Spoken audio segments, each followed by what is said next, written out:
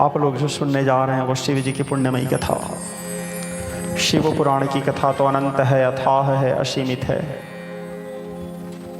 असित समम स्यात् कज्जलम सिंधु पात्रे सरतर्वर्षा खालेखनि पत्रमर्वे लिखित गृहत्वा शारदा सर्वकालम तदवितवगुणान्वेषम पारम नयाति। सरस्वती स्वयं बैठ करके अनादि काल तक भगवान महादेव के पुण्यमय कथा को लिखे तो भी भगवान महादेव के संपूर्ण गाथा को न लिख सके। शेष अपने सहस्त्र फणाओं से, अपने सहस्त्र मुखों से भगवान महादेव की कथा को कहते रहे तो भी कथा का कोई अंत नहीं है। चूंकि असित गिरि समम स्यात् कज्जलम सिंधु पात्रे सरतर्वर्षा खालेखनि पत्रमर्वे लिखित गृहत्वा शारदा सर्वकालम तब गुणानमीशम पारम नयाति। तब तत्त्वं न जानामि कीदृशोऽसि महेश्वर यादृशोऽसि महादेव तादृशाय नमो नमः। ऐसे भगवान महादेव की पुण्यमय गाथा है। वो स्थान धन्य है जिस स्थान में भगवान महादेव की कथा होती है। वे लोग धन्य हैं जो लोग भगवान महादेव की कथा सुनते हैं, करवाते हैं, कहते हैं। वह घड़ी धन्य है जिस घड़ी में भगवान सदाशिव की कथा होती है। वो क्षेत्र भी धन्य है जिस क्षेत्र में सदाशिव की पुण्यमय गाथा आयोजन होती है। धन्य घड़ी जब भई सत्संगा धन्य लोक जग पावनी गंगा, गोस्वामी जी कहते हैं। भगवान महादेव की जो कथा है जीवात्मा, प्रेतात्मा और पापात्मा तीनों की कल्याण करने वाली गाथा है। त्रिवेणी संगम है शिव पुराण की कथा। जीवात्मा का भी उद्धार होता है। जीवात्मा यानी यहाँ पर हम लोग।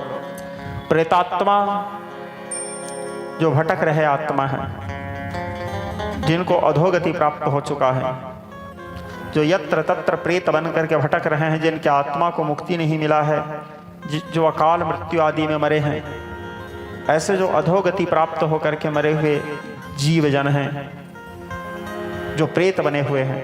जीवात्मा, प्रेतात्मा और पापात्मा। पापात्मा कहने का तात्पर्य जो घोर से घोर पतित हैं, घोर से घोर पापी हैं, जो अनेक प्रकार के पापाचार, दुराचार, दुष्कर्म में लिप्त रहते हैं, ऐसे पापियों के उद्धार भी शिव महापुराण की पुण्यमय कथा से होती है। कथा कहने का तात्पर्य यह है जो हमारे व्यथा को दूर कर दे, वो कथा। व्यथा, कथा जो हमारे व्यथा को दूर कर दे, जो हमारे वेदना को दूर कर दे, जो हमारे मन को शांति प्रदान करे।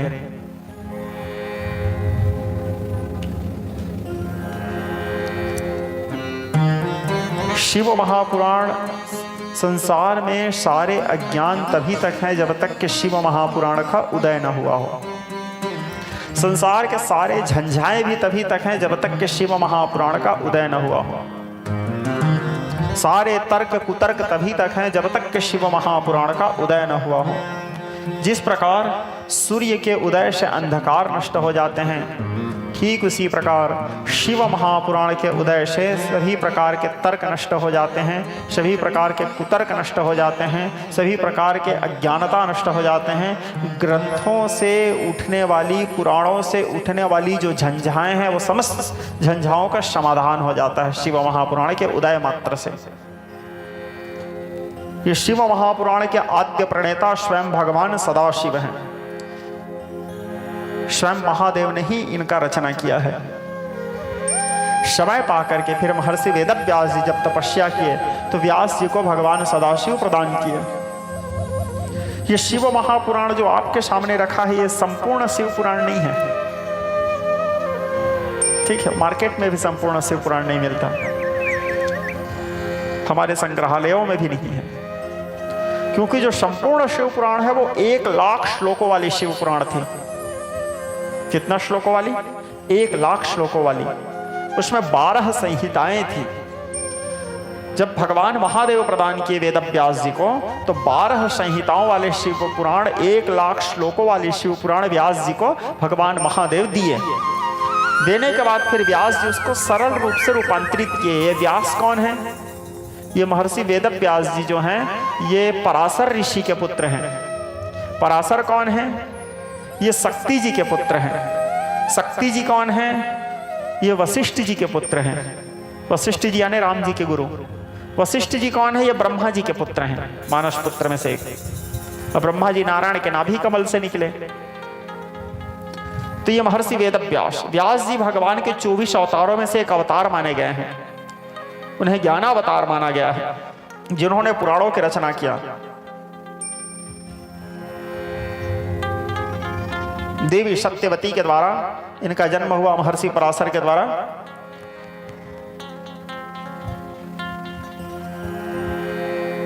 व्यास जी का असली नाम व्यास भी नहीं है। व्यास जी का असली नाम है कृष्णद्वैपायन। व्यास जी का असली नाम क्या है? कृष्णद्वैपायन। उनको बादरायण भी कहते हैं। बादरायण इसलिए कहते हैं, जहां व्यास जी रहते थे चारों तरफ बेर के जंगल था। बेर के जंगल रहने के कारण उनको बादरायण कहा गया है। बद्री वन में रहते थे इसलिए बादरायण। बेर के फल को बद्री फल कहते हैं। तो बेर के जंगल में रहते थे इसलिए उनका नाम हुआ बादरायण। उनके वास्तविक नाम है कृष्णद्वैपायन। व्यास जी उसको इसलिए बोलते हैं, इस स्थान का नाम है व्यास।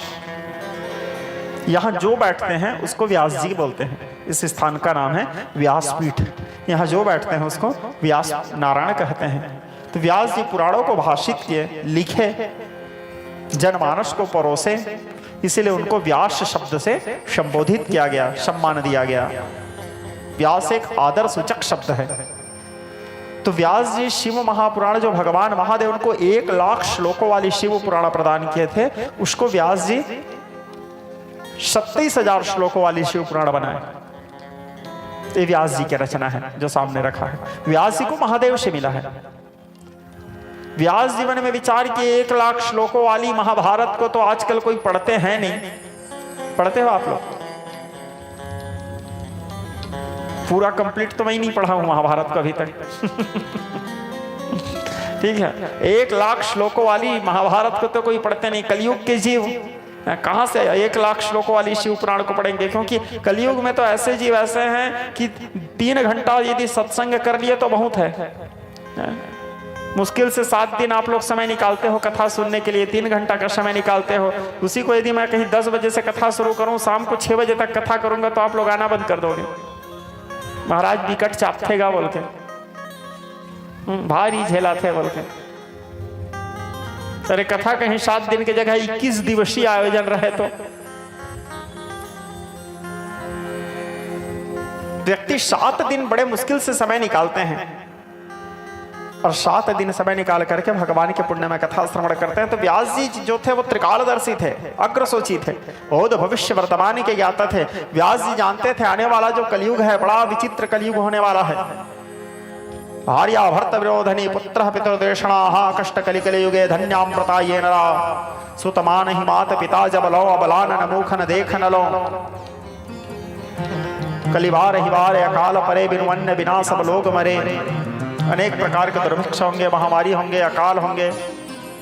तनुपोषक नारी नरास गरे पर निंदक जे जगमो बगरे मात पिता बालक न बुला वहीं उधर भरोसा धर्म सिखा वहीं।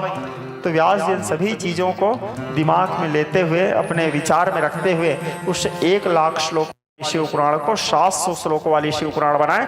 जो 12 संहिताएं थे उसको सार गर्भित करके, सटीक सार गर्भित करके, पूरा सार निकाल करके 7 संहिता बनाए। तो ये आपके सामने जो शिव पुराण रखा है ये 27,000 श्लोकों वाली शिव पुराण है। इसमें 7 संहिताएं हैं व्यास जी की रचना।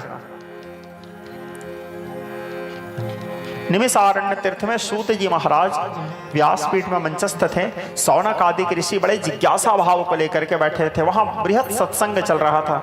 ऐसे सत्संग का यहाँ भी चल रहा है। सत्संग को सबसे ज्यादा सर्वोत्तम माना गया है, सत्संग को सबसे ज्यादा दुर्लभ भी माना गया है। जीवन में सब कुछ मिल जाता है, सत्संग नहीं मिलता, क्योंकि सत्संग में वही पहुंच सकते हैं, सत्संग में वही बैठ सकते हैं जिसके ऊपर भगवत कृपा हो। हर व्यक्ति के जीवन में भगवत कृपा नहीं होता कि वो आकर के सत्संग में बैठ जाए। आप लोग कदाचित मानस पढ़े होंगे, मानस में एक भाव आता है, बिनु सत्संग विवेक न होई, राम कृपा बिनु सुलभ न सोई। बिना सत्संग के विवेक प्राप्त नहीं हो सकता, बुद्धि प्राप्त नहीं हो सकता, पहला लाइन। और दूसरा लाइन, राम कृपा बिनु सुलभ न सोई, बिना राम जी के कृपा से सत्संग प्राप्त नहीं हो सकता।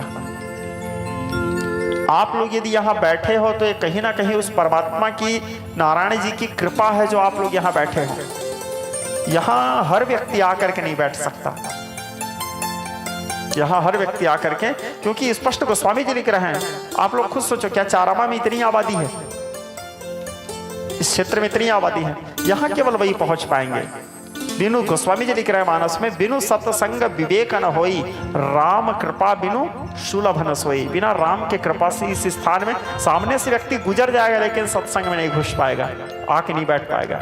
इस स्थान का महत्व है, क्योंकि यदि यहाँ वो आ गया तो उसके यह लोक और परलोक दोनों तारण हो जाता है। बुद्धि ठिकाना मनुष्य के केवल 2 जगह लगता है। ऐसे हमारे विज्ञजन कहते थे, विद्वत जन कहते हैं कि मनुष्य की बुद्धि केवल 2 ही जगह ठिकाने में लगती है, सुधरती है। पहला सत्संग और दूसरा शमशान। जब हम शमशान में जाते हैं, शमशान में जब हम किसी के अस्थि लेके, अर्थी लेकर के जाते हैं शव यात्रा में, और वहाँ धू धू करते हुए जब चिता जलते रहती है, धधकते रहती है, वह पार्थिव शरीर जब जलते हुए नष्ट होते रहता है, तब हमारे भीतर भाव आता है, ऐसे ही जलने के लिए मैं जीवन भर सबसे जलता रहा, एक मुट्ठी भस्म बनने के लिए जीवन भर संघर्ष करता रहा। अंतिम गंतव्य, सारा अभिमान, सारा आकड़, सारा गुमान, पद प्रतिष्ठा सब एक मुट्ठी भस्म बन के पड़ा रहता है। न पत्नी, न पुत्र, न परिवार, और मृत हुए, शमशान भस्म हुए 10 दिन नहीं होता, सब भूल जाते हैं। 10 दिन कहाँ, 1 घंटा नहीं होता। आग दे क्या 1 घंटा नहीं हुए रहता, बैठ के सब लोग पेट भर भोजन करना शुरू कर देते हैं। उसके याद में तो व्यक्ति 13 दिन भोजन तक नहीं छोड़ सकते। कड़वा है किंतु सत्य है। एक औपचारिकता है, गोलहत्ती बनाना है, गोलहत्ती खाना है, ठीक है, बैठ के भोजन कर रहे हैं। मनुष्य तो इतने स्वार्थी हैं। आप लोग कभी अनुभव करना किसी व्यक्ति के, मैं तो खैर बहुत कम ये सब प्रकरण में जाना हो पाता है, क्योंकि भगवत भजन में, भगवान के कीर्तन में, सत्संग में अधिकांश समय रहता है। कई बार जाता हूँ, देखता हूँ, बड़ा विचित्र स्थिति है। मेरे भी घर परिवार में अनुभव करता हूँ इसको, संसार में भी देखता हूँ। कोई व्यक्ति को शव यात्रा से आए हैं, बैठ के भोजन करते रहते हैं। भोजन करते समय वो व्यक्ति रोता नहीं है। भूख, पेट, स्वाद, आप लोग भी अनुभव करना, किए हो गए, रोता नहीं है। लेकिन जैसे कोई व्यक्ति मिलने के लिए आ गए उससे, जैसे किसी के घर में कोई घटना घटता है, कोई मिलने आता है, जैसे कोई मिलने आ गए, तुरंत तो थाली को साइड करके रोना शुरू कर देते हैं। उस मरे हुए मृतात्मा के लिए तक दिखावा, कड़वा है किंतु सत्य है। और जैसे वो मिल के जाता है, वो थाली फिर सामने आता है, फिर बैठ के खाना शुरू, फिर कोई मिलने आ गए, फिर रोना शुरू। काते कांता कास्ते पुत्रा संसार में विचित्रा।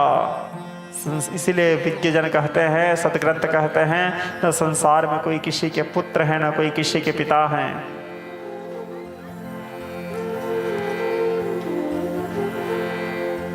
धनानि भूमोपस्वत्र गोष्ठे भार्या ग्रहत्वारिश्च श्मशाने देहस्यतायं परलोक मार्गे कर्मानुगो गच्छति जीव एकः।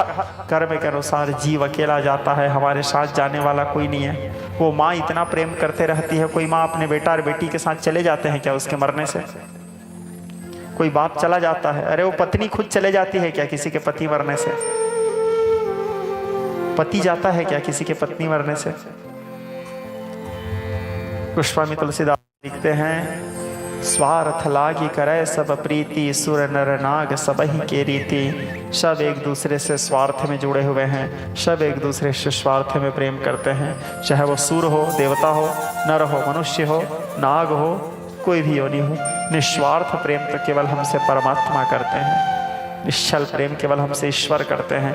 लेकिन हम उस ईश्वर को ही प्रेम नहीं दे पाते, और उस प्रेम को हम अपने संसार को देने लगते हैं। यही हमारे दुख का कारण है। मन है एकम मनुष्यानाम कारणम बंध मोक्षयो ब्रह्मवृंदोपनिषद।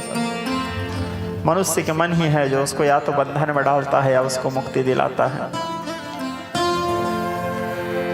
शरीर का क्या है, वासांश जीर्णानि। भगवान कृष्ण कहते हैं जिस प्रकार मनुष्य पुराने वस्त्र को छोड़कर नए वस्त्र धारण करता है, उसी प्रकार यह आत्मा भी पुराने शरीर को छोड़ करके नए शरीर धारण करता है। आज जो हमारा पुत्र है वो कल किसी और का पुत्र था, परसों किसी और का पुत्र रहेगा, आने वाले परसों में किसी और का पुत्र रहेगा। आज हम किसी के पिता हैं, कल और किसी के पिता थे, आने वाले समय में और किसी के पिता रहेंगे। परिवर्तन संसार का नियम है। जो आज तुम्हारा है वो कल किसी और का था, आने वाले समय में किसी और का रहेगा। चला लक्ष्मी चला प्राणा चला जीवित मंदरे, चला चलो ही संसारो धर्म एको ही निश्चला। संसार में जो कुछ दिख रहा है सब चलायमान है, निश्चल तो केवल एकमात्र धर्म है। ये सब बोल करके मैं आप लोगों को ये नहीं बोल रहा हूं कि आप लोग साधु बन जाओ, ठीक है, सन्यासी बन जाओ, दंड कमंडल धारण करके घर छोड़ के निकल जाओ। मैं ये नहीं बोल रहा हूं, ना मैं ये बोलना चाह रहा हूं। यदि आप लोग जन्म लिए हो, एक पिता के प्रति जो आपका कर्तव्य है उसको पालन कीजिए। आप एक माता के प्रति जो आपका कर्तव्य है, क्योंकि आपके पिता आपको जन्म दिए हैं, उसका पालन पोषण किए हैं, उसकी सेवा करना आपका कर्तव्य है, उसके प्रति आपका जो कर्तव्य है पालन कीजिए। एक माता जो आपको 9 माह 13 दिन अपने गर्भ में रखी है, प्रसव के कष्ट सह करके आपको जन्म दिया है, उस माँ के प्रति जो आपका कर्तव्य है उसका पालन कीजिए। जिस समाज में जन्म लिए हैं उस समाज के प्रति जो आपका कर्तव्य है उस कर्तव्य का पालन कीजिए। जिस राज्य में जन्म लिए हैं उस राज्य के प्रति आपका जो कर्तव्य है उसको पालन कीजिए। और राष्ट्र सर्वोपरि, जिस राष्ट्र में जन्म लिए हैं, आप लोग तो सौभाग्यशाली हो। गायन्ति देवा अखिल गीत काने धन्यस्तुते भारत भूमि भागे। भारत वर्ष में जन्म हुआ है हमारा। देश के प्रति जो हमारा कर्तव्य है उसको हम पालन करें। सब के प्रति कर्तव्य पालन करें, भाई के प्रति, पत्नी के प्रति, परिवार के प्रति, पुत्र के प्रति, पुत्री के प्रति कर्तव्य का पालन सबके लिए करें, निष्ठापूर्वक पालन करें। लेकिन प्रेम केवल ईश्वर से करो, क्योंकि संसार में सब धोखा देते हैं, एकमात्र ईश्वर ही हैं जो हर बार मौका देते हैं। तो पाप करते करते थक गया होगा, मैं माफ करते करते नहीं। सर्वधर्मान् परित्यज्य माम एकम शरणं व्रज अहं त्वा सर्व पापेभ्यो मोक्षयिष्यामि मा शुचः। प्रेम केवल ईश्वर से कीजिए और ईश्वर से निस्वार्थ प्रेम कीजिए। कुछ मांगने के लिए प्रेम मत कीजिए। ईश्वर के साथ अपना जो संबंध है, क्योंकि आपके प्रारब्ध में जो आप जो कर्म करोगे वही आपको मिलेगा। ईश्वर को मांगने से नहीं मिलेगा। ईश्वर आपको वही देंगे जो आप कर्म करोगे। ये सभी वेद पुराण का सार है, सभी शास्त्रों का सार है। कर्म प्रधान विश्व करी राखा। जैसा कर्म करोगे वैसा ही फल मिलेगा आपको। आप कोदो बोए हो तो आप दुबराज धान नहीं काट सकते, सरना नहीं काट सकते, बासमती नहीं काट सकते। आप जो बोए हो आपको वही काटना पड़ेगा। आप किसी के दिल दुखाए हो तो आपके भी दिल को ही दुखाएगा। आप किसी के गले को काटे हो तो आप भी गले को कोई काटेगा। आप किसी का नुकसान पहुंचाए हो तो एक कर्म भूमि है, यहाँ प्रत्येक व्यक्ति को अपने कर्म भोगना पड़ता है और प्रत्येक व्यक्ति अपने कर्म के भोगता होते हैं। आपके कारण किसी के चेहरे में मुस्कुराहट आया है तो किसी के कारण आपके चेहरे में भी मुस्कुराहट आएगा। आप किसी रोते हुए को हंसाए हो तो कल आप भी रोते रहोगे तो आपको कोई हंसाएंगे, और कोई हंसाने नहीं आएंगे तो ईश्वर हंसाएंगे आपको। जो जश करनी तस फल चाखा, कर्म प्रधान विश्व करी राखा। भगवान कृष्ण गीता में कहते हैं कर्मण्यवाधिकारस्ते मा फलेषु कदाचन। कर्म करो। मैं अपने कथाओं में सदैव, आप लोग देखते होंगे, सुनते होंगे, यूट्यूब के माध्यम से, फेसबुक के माध्यम से, इंस्टाग्राम के माध्यम से, सोशल मीडिया के प्लेटफॉर्म के माध्यम से, मैं अपने कथाओं में कभी अंधविश्वास की प्रेरणा नहीं देता। मैं कर्म की प्रेरणा देता हूँ। पसीना बहाओगे तब पैसा मिलेगा, घर में बैठे बैठे आपको कुछ नहीं मिलेगा। भगवान के कई लोग मेरे को प्रणाम करते हैं, बोलते हैं महाराज आशीर्वाद दो, मैं परीक्षा में पास हो जाऊं। मैं मुंह पर बोलता हूं नहीं होगे बेटा पास। मेरे पाँव पड़ने से सब पास हो जाते, तो फिर तो कि कोई पढ़ाई करना ही नहीं बंद कर देता। मेरे प्रणाम करने से, मेरे आशीर्वाद देने से किसी का व्यापार चल जाएगा तो सब व्यापारी बड़े बड़े धनवान रहते। कर्म करो, कर्म आवश्यक है। मैं गलत शिक्षा नहीं दे सकता, क्योंकि मेरे को मेरे पूज्य पिता से, मेरे को मेरे आचार्य से यही शिक्षा मिला है। मेरे को मेरे पूज्य पिता, मेरे को मेरे आचार्य कर्म करने के प्रेरणा दिए हैं, मेहनत करना सिखाए हैं।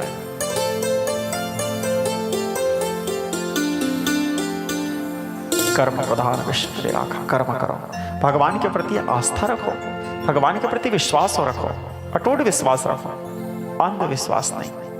भगवान के भक्त बनो, अंध भक्त नहीं। भगवान के प्रति विश्वास रखो। शिव महापुराण का मुख्य विषय ही निष्काम भक्ति है। अब आरंभ, शिव पुराण के शुरुआत ही निष्काम भक्ति है। ठीक है, आजकल तो खैर महादेव को व्यक्ति अपने इच्छा पूर्ति का साधन बना दिए हैं। भक्त जो होते हैं वो कभी भगवान से कुछ मांगता नहीं है जी, भगवान को मानता है। भक्त सुचाह नहीं पद ब्रह्म रचाह नहीं, सुर राज कहावो चाह यही सुचिलोक यही सिय राम के पाहन नेह लगावो। भक्त जो है वो सदैव भगवान को मानता है, मांगता नहीं, क्योंकि जहां प्रेम होता है वहां केवल दिया जाता है, लेने की चाह नहीं होता, केवल समर्पण होता है। और भगवान कहते हैं मुझे समर्पण के भाव प्यारे, उनसे मिलूं जो मन से पुकारे। भक्त सुचाह नहीं पद ब्रह्म रचाह नहीं, सुर राज कहावो चाह यही सुचि लोक यही सिय राम के पाहन नेह लगावो। भक्त सदैव भगवान के चरणों में प्रेम करना चाहता है। प्रभु मुझको आप चाहिए, आपसे कुछ नहीं चाहिए, आप चाहिए। भक्त केवल भगवान को चाहता है, भगवान से कुछ नहीं चाहता। आप मिल गए तो फिर और क्या चाहिए प्रभु, केवल आप चाहिए मेरे को। ये वास्तविक भक्त होते हैं, भगवान के भक्ति। शिव महापुराण का मुख्य सिद्धांत ही निष्काम भक्ति। देखो भक्ति दो प्रकार का है। ऐसे तो भक्ति के बहुत सी विधाएं आगे चल के बताते रहूंगा। नवधा भक्ति सबरी जी का, नवधा भक्ति भरतलाल जी का, नवधा भक्ति प्रहलाद का, आदि आदि। नारद जी तो सात्विक तंत्र में 64 भक्तियों के भी निरूपण किए हैं इत्यादि। भागो भक्ति, भंजन भक्ति, ये अलग, गाड़िया भक्ति। तो जो भक्ति के प्रकार हैं वो मुख्य दो हैं, एक निष्काम और एक सकाम। सकाम कहने का तात्पर्य किसी कामना को लेकर के, किसी इच्छा को लेकर के भगवान की उपासना करना, ये सकाम भक्ति। जैसे कि मेरे बेटा का नौकरी लग जाएगा तो मैं सत्यनारायण कथा करवाऊंगा, मेरे बेटी का विवाह हो जाएगा तो मैं मंगला गौरी व्रत कराऊंगा। ठीक है, मेरे व्यापार अच्छा से चलेगा तो मैं घर में रुद्राभिषेक करवाऊंगा।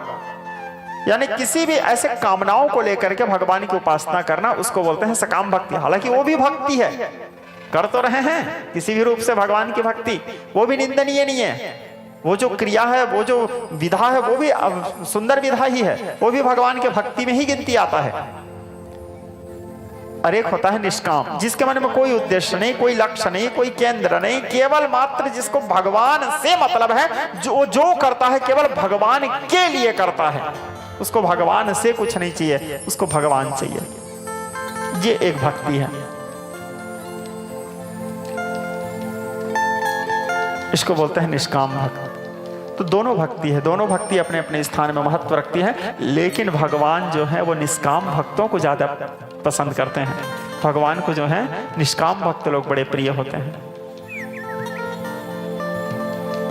तो शिव महापुराण का मुख्य विषय क्या है? निष्काम भक्ति।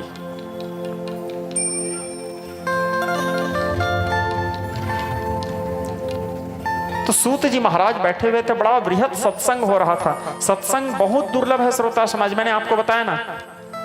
दुर्लभम मानसम देहम देहिनाम षडभंगुरः तत्रापि दुर्लभम मन्ये वैकुंठ प्रिय दर्शनम निमिषम सार्धम वा प्राणिनाम विष्णु चिंतनम क्रतु कोटि सहस्त्राणाम ज्ञानमेकम विशिष्यते। यदि कोई व्यक्ति शुद्ध अंतःकरण से एक निमिष के लिए भी सत्संग कर लेता है तो वो भी संसार रूपी सागर से पार हो जाता है। ये सत्संग का प्रभाव है। गोस्वामी जी मानस में लिखते हैं, बड़ा सुंदर भाव है, चौपाई। सतसंगते दुर्लभ संसारा, सतसंगते दुर्लभ संसारा, सतसंगते दुर्लभ संसारा, सतसंगते दुर्लभ संसारा। निधि सदंड भरे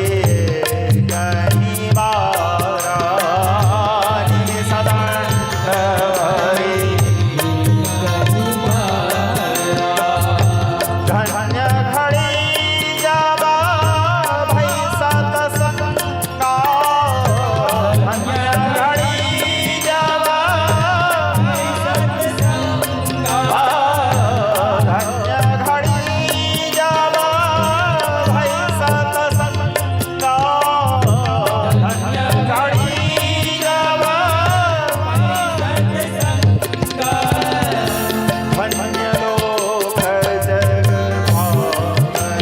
सतसंगा,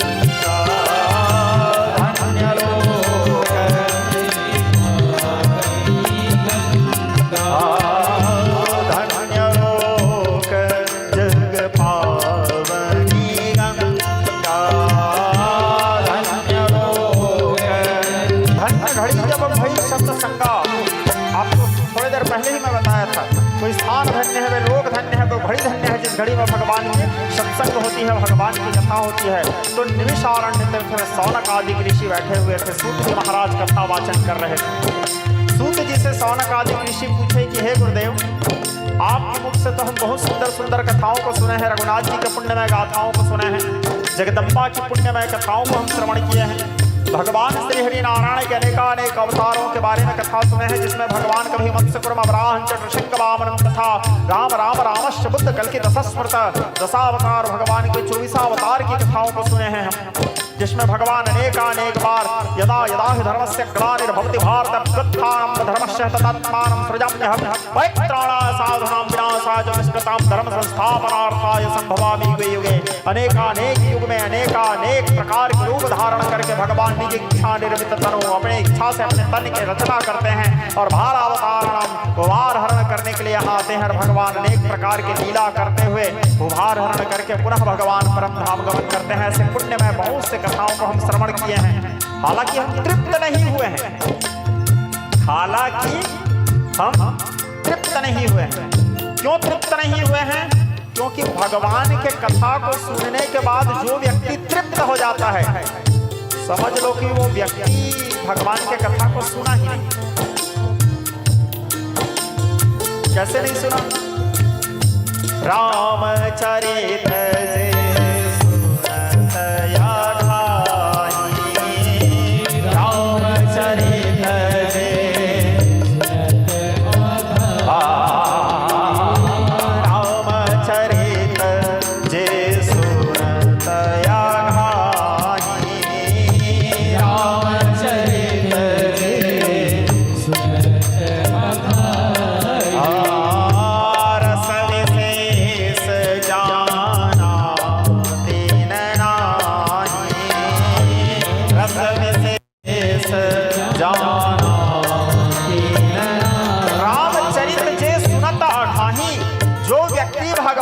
कथा को सुनने के बाद तृप्त हो जाते हैं, अर्घा जाते हैं। रस विशेष जाना तीन नाही, सही मायने में वो भगवान के कथा को सुन ही नहीं पाया। भगवान के कथा हम जितना सुने, हमारे मन में भाव रहना चाहिए थोड़े देर और सुन लेते, थोड़े देर कथा और चलता, थोड़ा सा कमी रह गया। जितना सुनने के बाद भी जिसके मन में तृप्त न हो, समझ जाओ वही सच्चा श्रोता है। वाल्मीकि जी जब रघुनाथ जी को रहने के लिए 14 स्थान दिया, अभी इससे पहले राम कथा किया था, आप लोग शायद यूट्यूब में सुने होंगे। वाल्मीकि जी के आश्रम जब भगवान गए अयोध्या कांड में, तो अयोध्या कांड में वाल्मीकि जी रघुनाथ जी को रहने के लिए 14 स्थान दिए थे। 14 स्थानों में पहला स्थान क्या दिया वो राम जी को?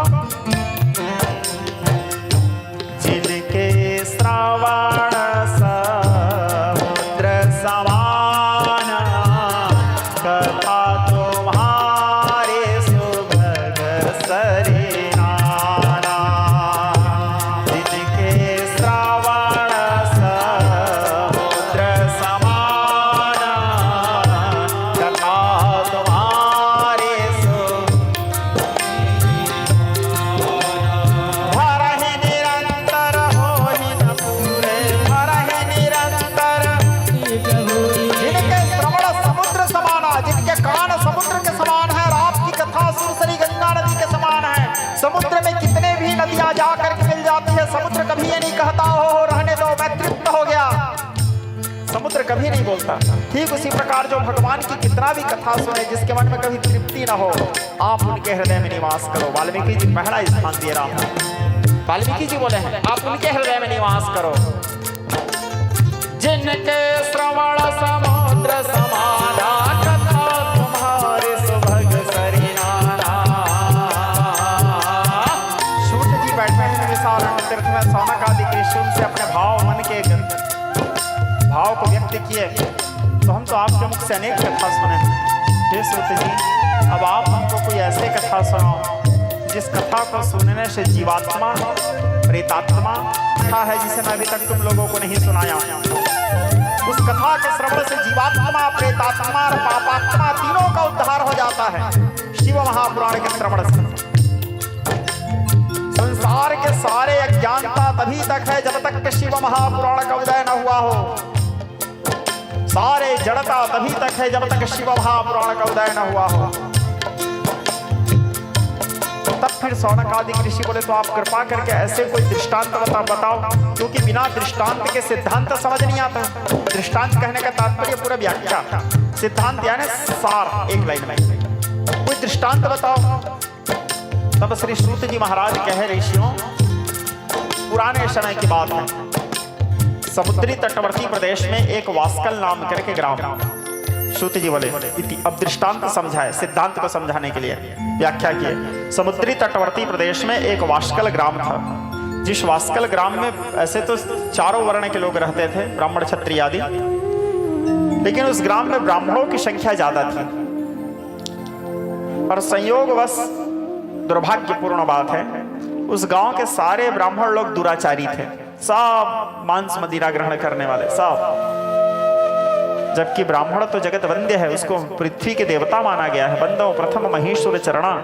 ब्राह्मण के आचरण को देख करके संसार शिक्षा लेता है, उसको गुरु मानता है, उसको गुरु बनाता है। और जिस ग्राम के सारे ब्राह्मण ही ऐसे भ्रष्ट हैं, दिन भर बैठ के चार लोग यहाँ पे चार लोग वहां पे जुआ खेल रहे हैं, झूठ बोल रहे हैं, हिंसा कर रहे हैं, मांस ग्रहण कर रहे हैं, मदिरा पी रहे हैं, मच्छी खा रहे हैं, मछली, क्योंकि समुद्री तटवर्ती प्रदेश में थे, सब धर्म भ्रष्ट थे, सब पथ भ्रष्ट हो चुके थे। तो जहां के जिससे हम शिक्षा लेते हैं वही लोग ऐसे हैं, तो बाकी अन्य लोग कैसे रहे होंगे। अब उस गांव में सभी ब्राह्मण तो ऐसे दुष्ट थे, लेकिन उस गांव में एक ब्राह्मण था जिसका नाम था बिंदुक। वो सबसे बड़ा पापी था। ये सारे ब्राह्मणों के पाप एक तरफ और उस अकेला का पाप एक तरफ। इतना ब्रांडेड पापी था वो, ठीक है, इतना बड़ा पापी, घोर अधम। सुबह सो के उठता था, दंत धावन करने से पहले मदिरा पान करता था, ब्रश करने से पहले। दिन भर नशा में चूर रहता था। वहां बाना अभिमंता नाम और बातल भूत विवश मतबारे ते नहीं बोलत वचन विचारे। अनेक प्रकार के पापाचार दुष्कर्म, जुआ खेलता था। घर के सारे धन को लेकर के जुआ खेल के बर्बाद कर देता था। अपने मित्रों के साथ अपने मित्रों को भी पिलाता था, स्वयं पीता था। जब धन नहीं रहता था तो घर के बर्तन आदि को भी ले जाकर के बेच देता था और उससे मदिरा आदि सेवन करता था, अपने मित्रों को पिलाता था। जुआ खेलने में घर के सारी चीजों को दांव में लगा देता था। बड़ा दुष्ट था, बड़ा दुराचारी था। लेकिन उसकी जो पत्नी थी जिसका नाम था चंचुला, बिंदुक जितना पापी था उसकी पत्नी उतनी अच्छी थी।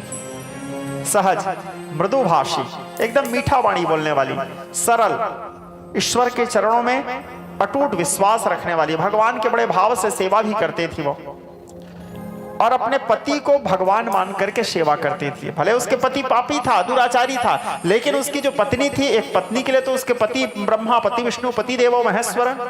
उसके जीवन का एक ही सिद्धांत था, एक ही धर्म एक व्रत नेमा, एक ही धर्म एक व्रत नेमा, काया वचन मन पति पद प्रेमा। मन वचन कर्म से वो अपने पति के चरणों में प्रेम करती थी, पति के चरणों की सेवा करती थी। कौन? वो चंचुला।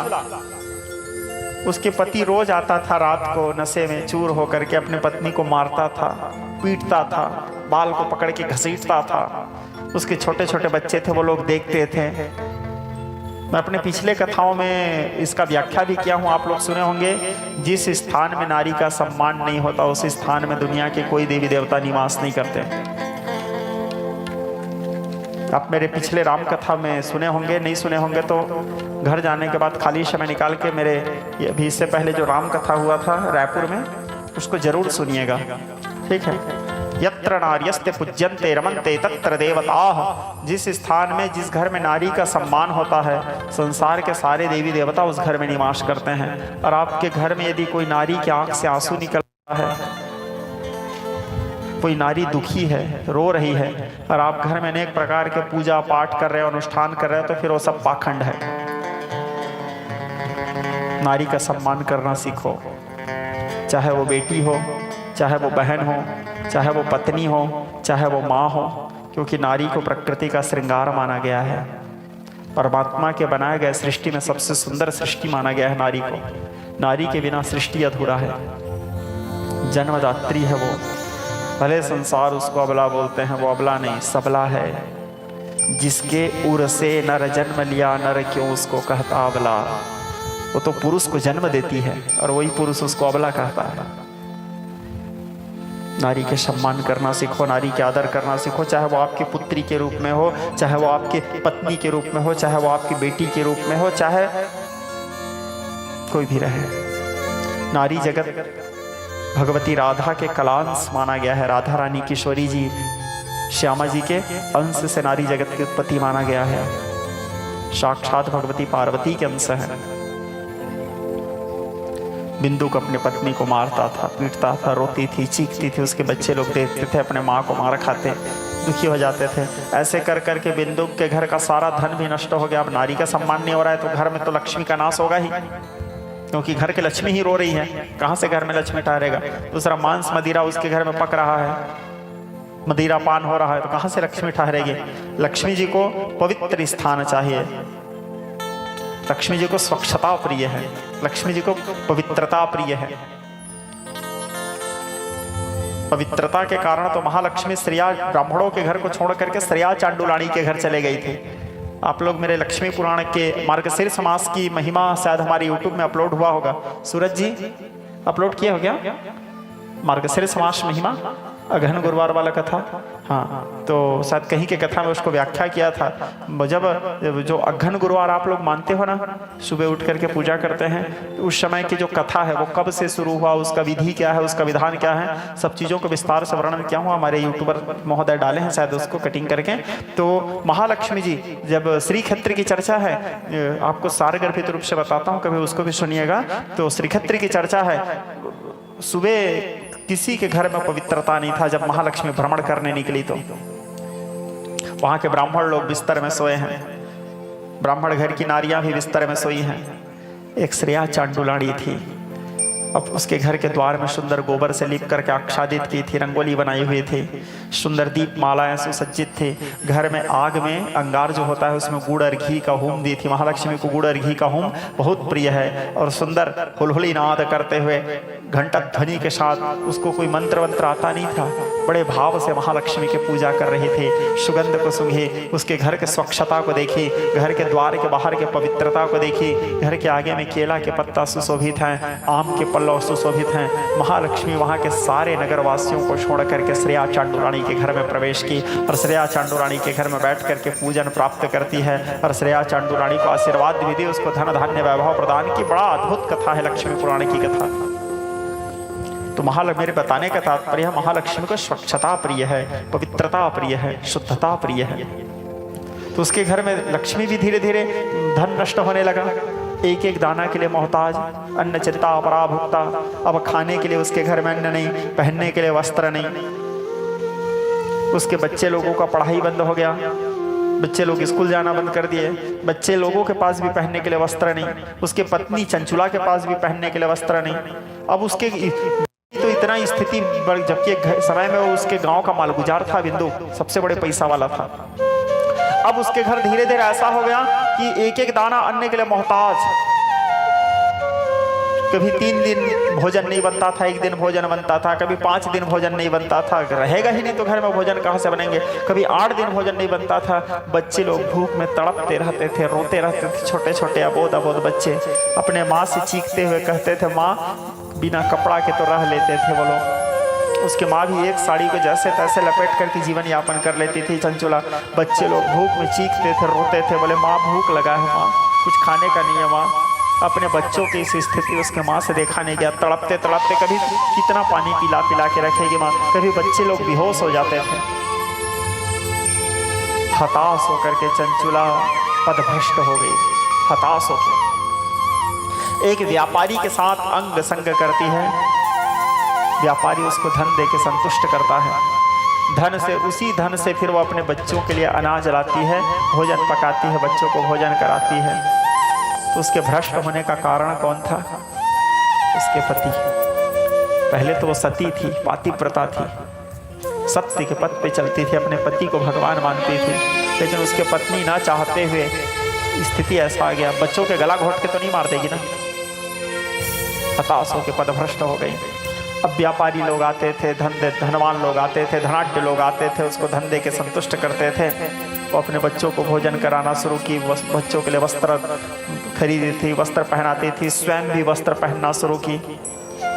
पहले तो उसके पास वस्त्र की भी तंगी हो गया था, बच्चों को स्कूल में डाली, पढ़ाई कराने लगी, लेकिन वो भ्रष्ट हो गई। यह है व्यवस्था, यह है पराधीनता। इसलिए गोस्वामी जी लिखते हैं, पराधीन सपने हो सुख नाही। पदभ्रष्ट होने के बाद समय बीतता चला गया। एक दिन की बात है, उसके घर में कुछ धनाढ्य लोग थे, चंचुला अंग संग हो रही थी। अचानक बिंदु का आया। बिंदु का आकर के देखता है उसके पत्नी के उसके घर में कोई और पुरुष हैं। उसके अनुपस्थिति में क्रोध में आ गए, चंचुला को मारने के लिए दौड़े। इससे पहले जब जब चंचुला को मारते थे, चंचुला सिर झुका करके मार खा लेती थी, सहती थी, लेकिन आज चंचुला से नहीं रहा गया। चंचुला उसके हाथ पकड़ ली, बोले हो गया सावधान। अब तक जितना मारे, वो कभी सिर उठा के बात भी नहीं की थी अपने पत्नी से, इतने सहती थी, लेकिन कितना सहेगी। कोई सह रहा है, इसका मतलब ये तो नहीं कि हम उसको प्रताड़ित ही करते रहे। हाथ को पकड़ी, बोले बस हो गया। पहले अपने आप को देखो, पहले अपने गिरेबान में झांक करके देखो तुम कितना सही हो, उसके बाद मेरे ऊपर उंगली उठाना। ये बच्चे लोग भूखे सोते हैं, तुमको ये होश नहीं है कि तुम्हारी पत्नी भोजन की है नहीं की है, तुमको ये होश नहीं है कि तुम्हारे बच्चे भोजन किए हैं नहीं है, तुमको ये होश नहीं है कि तुम्हारे बच्चे स्कूल जा रहे हैं कि नहीं जा रहे हैं, पढ़ाई कर रहे हैं कि नहीं कर रहे हैं, तुमको ये तक भान नहीं है, तुमको ये तक होश नहीं है कि तुम्हारे घर में भोजन पकड़ा है कि नहीं पकड़ा है। तुमको केवल शराब पीने से मतलब है, तुमको केवल व्यभिचार करने से मतलब है, तुमको केवल जुआ खेलने से मतलब है। अवाक रह गया, क्योंकि पहली बार उसकी पत्नी बोली। बिंदु कितना पापी था, बोलता है ठीक है लेकिन थोड़ा सा धन हमको भी दे दिया कर। सोचो कितना पापी है, ताकि कम से कम हमारे पीने में काम आएगा। चंचुला तो और स्वतंत्र हो गई। बिंदु पीने वाला आदमी तो ऐसे ज्यादा दिन जीता भी नहीं है, दिन रात पीते रहोगे तो मरोगे नहीं जी, जहर पी रहे हो आपको। कुछ दिन बाद मर गया। बिंदु मरने का देख तो पापी, दूसरा जब पिया था, पिए हुई स्थिति में भी मरा, उसका आत्मा भटकने लगा। अकाल मृत्यु रूप धारण करके विंध्य पर्वत में वह विचरण करने लगा। भटकते हुए आत्मा, उसके आत्मा को शांति नहीं मिल रहा था। प्रेत का जीवन जो होता है, श्रोता समाज आप लोग शायद गरुड़ पुराण पढ़े होंगे या सुने होंगे। गरुड़ पुराण में भगवान नारायण भटकने लगा उसका आत्मा। धीरे धीरे समय बीतता चला गया, उसका चौथापन आया, वृद्ध हुई, तब तक के उसका सारा कार्य भी निवृत्त हो गया। अब उसके घर में धीरे धीरे वो धनाढ्य लोग आना भी बंद किए, क्योंकि व्यक्ति तो प्रेम शरीर से ही करता है, सुंदरता से ही करता है, और सुंदरता हमेशा कायम नहीं रहता। जिस चेहरे को आज आप दर्पण के सामने 10 बार देखते हो, एक समय के बाद वो चेहरा देखने लायक नहीं रह जाता। हमारा चेहरा बंदर के भांति हो जाता है। जो आवरण है वो केवल शरीर के ऊपरी ढांचा है, अंदर तो सबके वैसे ही है। मांस, हड्डी, रक्त, मज्जा, मल मूत्र से भरा हुआ यह शरीर है। सब धीरे धीरे आना बंद किया। अब उसके मन में भी हुआ कि अब वो भी छोड़ दी, सब दुष्कर्म आदि। चौथापन था उसके गांव के कुछ मुखिया लोग थे, जो सियान लोग तीर्थ जाते हैं ना, तो मुखिया लोग तीर्थाटन के लिए जा रहे थे। गांव के कुछ और लोगों को भी ले जा रहे थे, चलो भाई। चंचुला गई गांव के मुखिया को, बोली मैं भी जाऊंगी, मेरे को भी ले जाइए। बोले ठीक है बोले। तो चंचुला को भी ले गए। अब वो लोग तीर्थ गए थे, कहाँ? गौकर्ण क्षेत्र। गौकर्ण क्षेत्र में विविध तीर्थों में मंदिरों का दर्शन किए, विविध कुंडों का स्नान किए, जहाँ जहाँ सुंदर तीर्थ का जल था वहाँ स्नान किए, पवित्र हुए, और विविध मंदिरों के दर्शन किए, संत महात्माओं के दर्शन किए, गुरुजनों के दर्शन किए। एक जगह शिव महापुराण की कथा चल रही थी, कहाँ? गौकर्ण क्षेत्र में। तो शिव महापुराण की कथा चलते समय वहां पूरे गांव वाले बैठे, वो चंचुला भी थी, वो भी बैठी। संयोगवश उस दिन पंडित जी नरक वर्णन कर रहे थे। नरक वर्णन में बता रहे थे, नरक तो ऐसे बहुत से होते हैं, लेकिन मुख्य रूप से 28 प्रकार के नरकों का उल्लेख आता है। अंधकूपम, कुंभिपाकम, शुशिमुखम, वैतरणिम, वज्रकटकशालिनम, पुयोद, अनेक प्रकार के जो नरक वर्णन कर रहे थे। कौन से कर्म करने से कौन जीव कौन से नरक में जाता है, कौन से नरक में किस प्रकार का सजा मिलता है, कैसा उसका आत्मा भटकता है, कैसा कराहता है, कैसा चीखता है, कैसा रोता है, इन सब चीज को व्यास नारायण बता रहे थे। व्यास जी चंचुला बैठ के सुनी, उसका तो रूह कांप गया। व्यभिचार करने वाले के लिए कौन सा नरक है, वहां क्या सजा दिया जाता है, कांप गई। कांपने के बाद अब उतने पब्लिक के बीच में तो नहीं बोल सकती महाराज जी को, महाराज जी मैं भी पाप की हूँ। कथा विश्राम होने के बाद जब पंडित जी अपने निवास स्थान गए तो वो भी पहुंच गई निवास स्थान पंडित जी से मिलने के लिए। पंडित जी के शिष्यों को बोली गुरुदेव से हमको मिलना है। शिष्य लोग बोले दीदी अभी तो गुरुदेव अभी कथा है, तुरंत तो नहीं मिल पाएंगे। गुरुदेव अभी संध्या वंदन करेंगे, स्नान करेंगे, पूजन करेंगे, पूजन करने के बाद आप मिल लेना, बैठो, आप इंतजार कर सकते हो तो बैठो। अब पंडित जी स्नान आदि से निवृत्त हुए, अपना संध्या वंदन पूजा आदि किए। पूजा करने के बाद फिर बाहर निकल के पूछे अपने शिष्यों से, बेटा कोई आए हैं क्या मिलने? बोले हाँ गुरुदेव कोई दीदी आई है, बैठी है। बोले हाँ ठीक बुला लो। बोले आई। आने के बाद वो आ करके पंडित जी के पैरों को पकड़ ली, रोने लगी। पंडित जी बोले क्या हुआ बेटी, क्यों रो रहे हो? बोले गुरुदेव आज मैं आपके नरक वर्णन सुन रही थी कथा में गुरुदेव, मैं सुनने के बाद मेरा आत्मा कांप गया गुरुदेव, भीत भीत प्रकंपः। मैं घोर पापीन हूँ गुरुदेव। मेरे पति का नाम था बिंदु, वो घोर दुष्ट था। उसके दुष्टता के कारण अपने सारे बात को बताए, तो जो स्थिति था कि कैसे पदभ्रष्ट हो गई, पहले कैसे सती थी, लेकिन अब मैं पदभ्रष्ट हो गई गुरुदेव। अब मेरे मुक्ति का क्या उपाय है, मैं ऐसे क्या करूं जिससे मेरे पापों का प्रायश्चित हो, मेरा उद्धार हो? मंत्र मूलम गुरुर्वाक्यम, गुरु जब कृपा करते हैं तो संसार रूपी सागर से पार करा देते हैं। गुरु बोले एक काम कर बेटी, जहां जहां भी शिव पुराण की कथा होती है तो सुनने के लिए जाया कर और कथा सुना कर, ठीक है? हालांकि अब तो शिव पुराणों में या अन्य जगह कथाओं में कथा कम होती है, फालतू बात ज़्यादा होता है, ठीक है? कथा में महत्व कथा का ही है, ठीक है? आप लोग यहाँ कथा सुनने बैठे हैं, कहानी किस्सा चुटकिला फालतू बात सुनने के लिए नहीं बैठे हैं। फालतू ज्ञान तो आपको कहीं से भी मिल जाता है। व्यासपीठ में भगवत चर्चा होना चाहिए।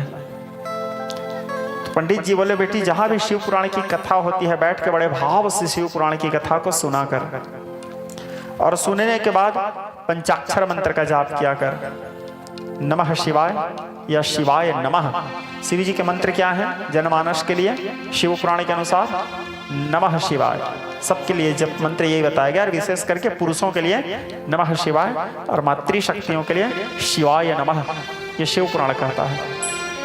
अब आप कुछ भी मंत्र जाप कर दो, कोई कुछ भी मंत्र दे दे आपको, एक अलग विधा है, लेकिन वास्तविकता में शुरू से जो मंत्र चला आ रहा है हमारे शिव पुराण के अनुसार शिवाय नमः, जिसको पंचाक्षर मंत्र कहा गया है, या नमः शिवाय।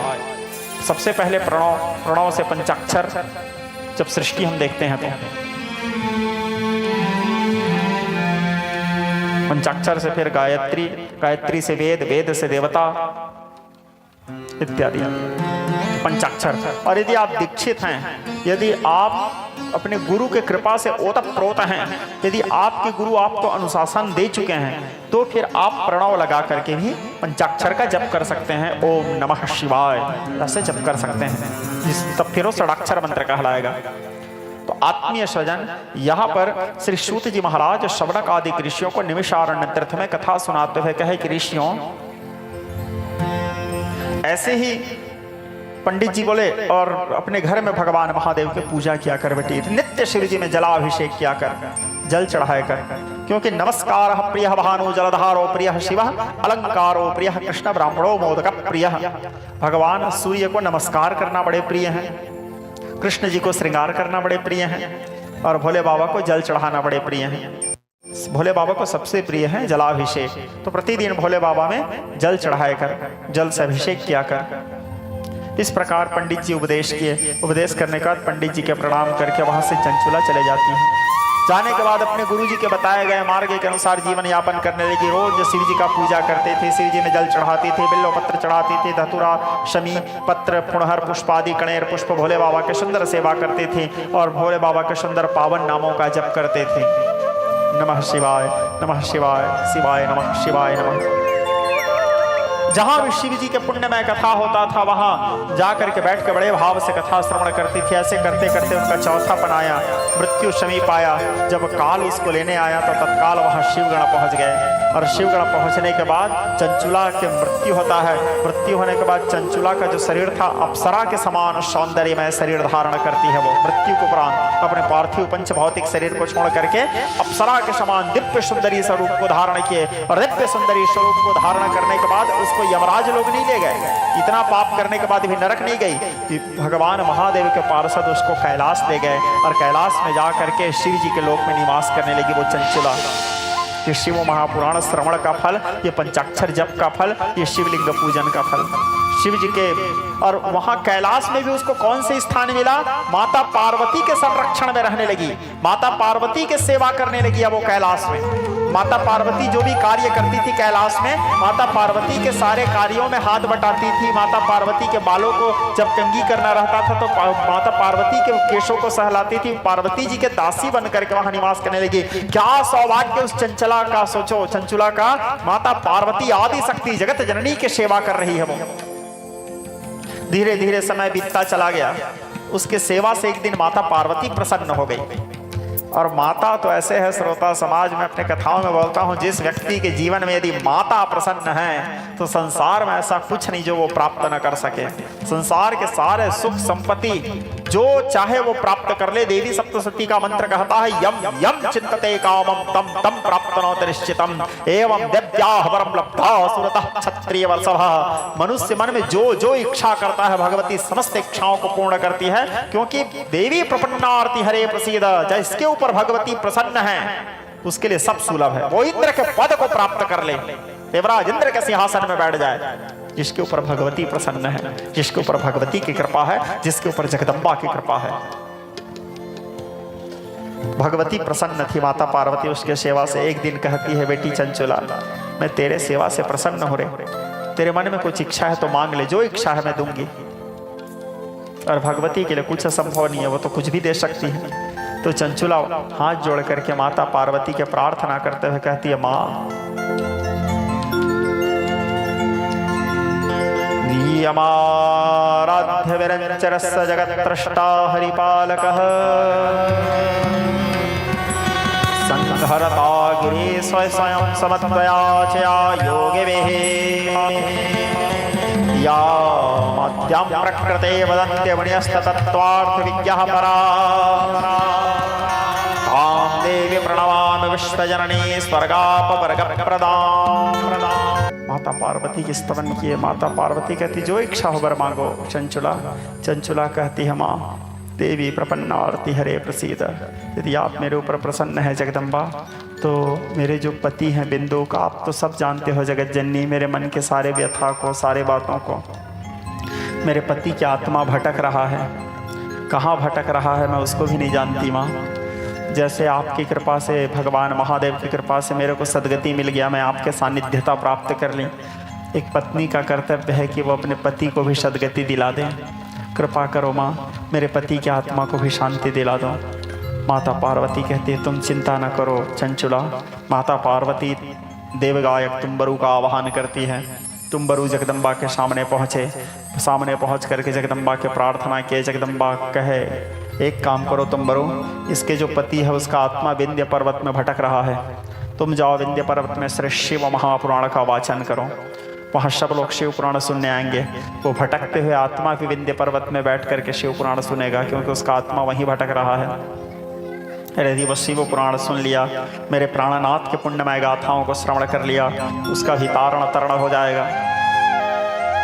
तब फिर तुम्बरु जा करके माता पार्वती के निर्देश पर विंध्य पर्वत में शिव महापुराण का शुभारंभ किए। दूर दूर से सभी लोगों को, जिन जिन लोगों को पता चला शिव महापुराण हो रहा है, सब लोग आए शिव पुराण की कथा सुनने के लिए और बैठ करके बड़े भाव से शिव पुराण कथा सुनने लगे। वहाँ पर उस तुम्बरु का आत्मा भी भटक रहा था। वो तुम्बरु भी आता है और तुम्बरु आकर के वह बिंदुक भी आता है तुम्बरु की कथा सुनने के लिए। बिंदुक का आत्मा, भटकते हुए आत्मा, प्रेतात्मा, वो भी बैठ के कथा सुनने लगा। 1 दिन, 2 दिन, 3 दिन, 4 दिन, जब 7वां दिन कथा विश्राम तो दिव्य रथ आता है कैलाश से, विमान, और उस विमान में शिव पार्षद सुशोभित थे और शिव पार्षद श्रृंगे भृंगी बिंदुक को वहां पर बिठाते हैं। बिंदुक दिव्य शरीर धारण करता है और बिंदुक कैलाश प्रस्थान करते हैं। और इधर माता चंचुला माता पार्वती के सेवा में, उधर बिंदुक ब्राह्मण जो थे भोले बाबा के सेवा में, शिव जी उसको अपने पार्षद बना लिए और पार्षद बना करके कैलाश में निवास करने लगे। ये दृष्टांत सूत जी महाराज शौनक आदि ऋषियों को सुनाते हुए कहे, ऋषियों, इस कथा को सुनाने का महत्व यह था, ये शिव महापुराण के श्रवण की महिमा। यदि कोई शिव महापुराण को सुन लेता है तो वो चाहे जीवात्मा हो, प्रेतात्मा हो या पापात्मा हो, तीनों का उद्धार भगवान सदाशिव करते हैं। शिवलोक मवाप्नोति शिवे न सहमोदते, और शिवलोक को प्राप्त करते हैं। ये शिव महापुराण की महिमा, महत्यम। अब शिव महापुराण सुनना कैसे चाहिए, उसके सुनने का नियम क्या है?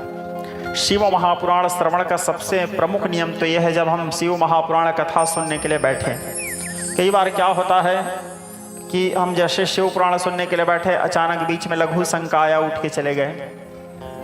अचानक बीच में दीर्घ शंका आया, हम उठ के चले गए। अचानक किसी का फोन आया, हम उठ के चले गए। कोई अचानक काम आया, हम उठ के चले गए। शिव पुराण सुनते समय हमको बीच में आसन छोड़ के उठना नहीं चाहिए, क्योंकि आसन छोड़ के उठना व्यास जी का अपमान, शिव महापुराण का अपमान, भगवान सदाशिव का अपमान माना गया है। यदि एक बार आप कथा सुनने के लिए बैठ गए तो जब तक कथा विश्राम न हो जाए, कथा का आरती न हो जाए, तब तक कि आपको इस स्थान को नहीं छोड़ना चाहिए। बड़े भाव से बैठ करके कथा श्रवण करें। हाँ, कि बाल वृद्ध रोगी के लिए छूट है, लेकिन बाल, जैसे कोई बच्चा, अब वो बच्चा के पास इतना समझने की क्षमता नहीं है, वो उठेगा, दौड़ेगा, नाचते रहेगा, तो उसके लिए छूट है, उसको दोष नहीं लगेगा। एक वृद्ध व्यक्ति जैसे वृद्ध है तो वो ज़्यादा देर बैठ नहीं सकता, उसको बीच में उठना पड़ेगा, टहलना पड़ेगा, बस वो बैठ के कथा सुन रहे हैं, वही सब उसके लिए बहुत बड़ा बात है। एक वृद्ध व्यक्ति को भी दोष नहीं लगेगा। एक रोगी व्यक्ति यदि कोई है जो रोग से ग्रसित है, तो उसके लिए भी कोई भी नियम बाध्य नहीं है।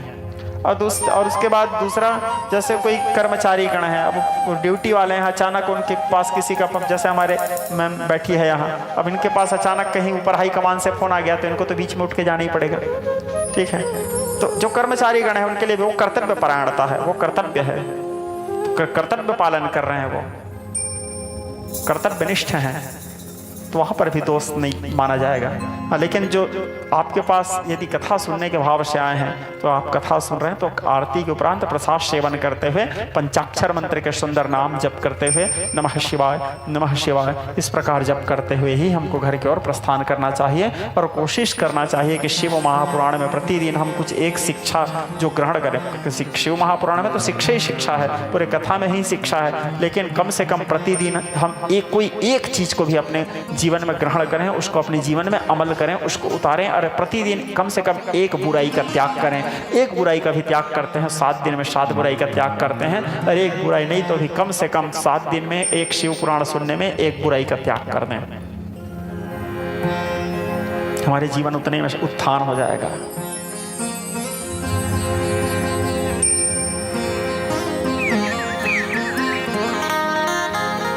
और मेरा व्यक्तिगत रूप से सभी श्रोताओं से निवेदन रहता है कि मेरे जितने श्रोतागण कथा सुनते हैं, अब कथा मैं आप लोगों को 7 दिन तक सुनाऊंगा तो दक्षिणा तो आप लोगों को देना पड़ेगा ना भाई, ये सत्य है, ठीक है।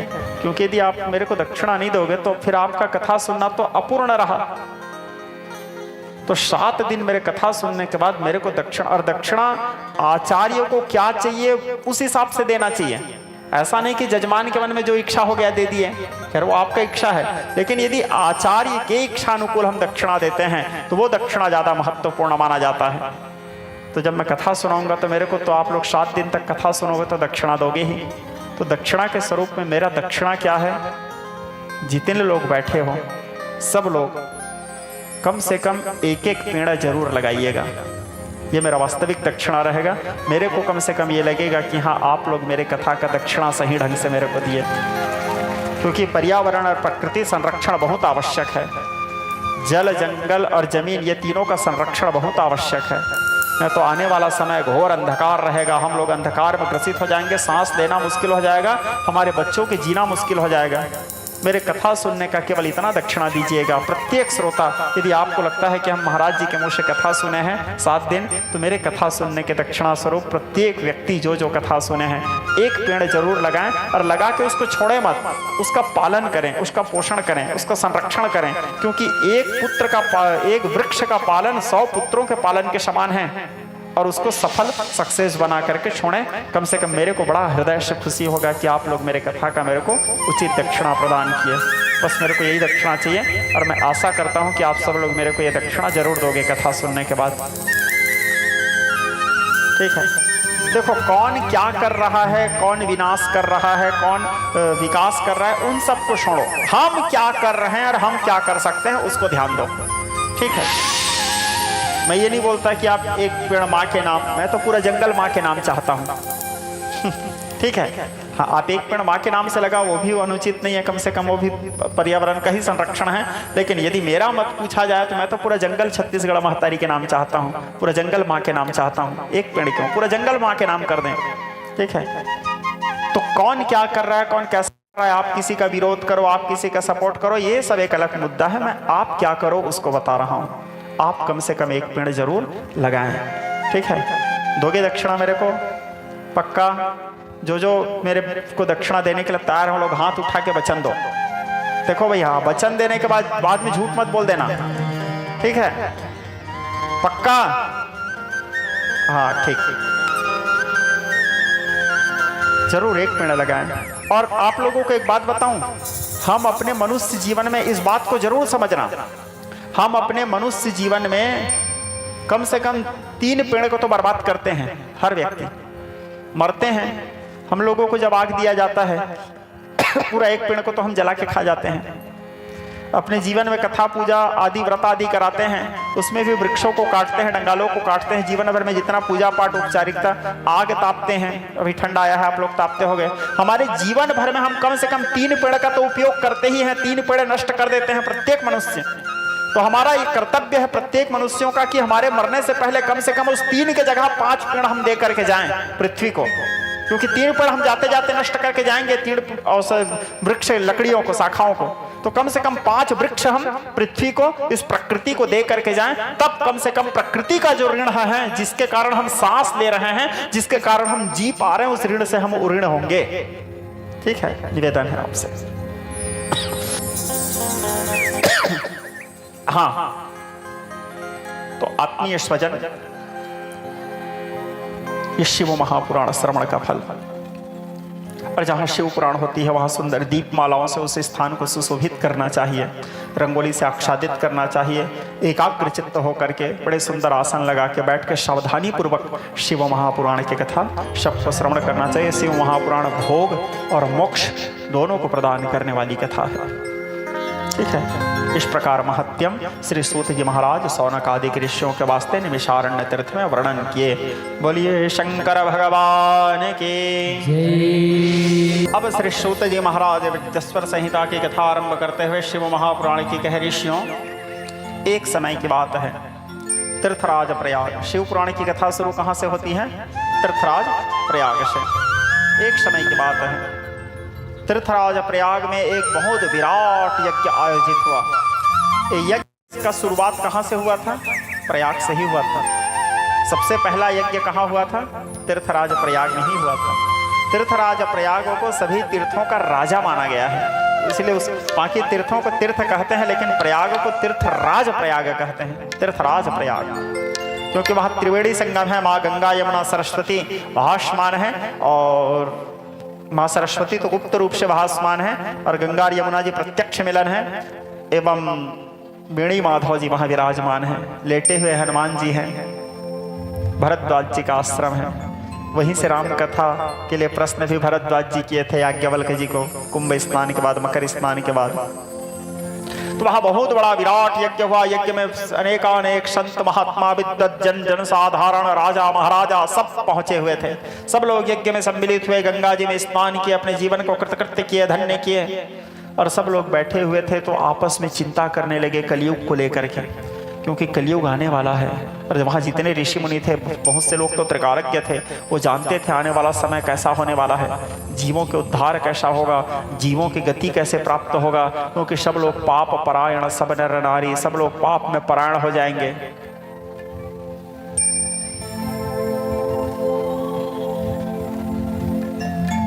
धन धन कल जुग महाराज तेरी लीला जब दिखाई है, उल्टा चलन चला दुनिया में सबके मति बोराई है। सबके मति भ्रष्ट हो जाएगा कलयुग में।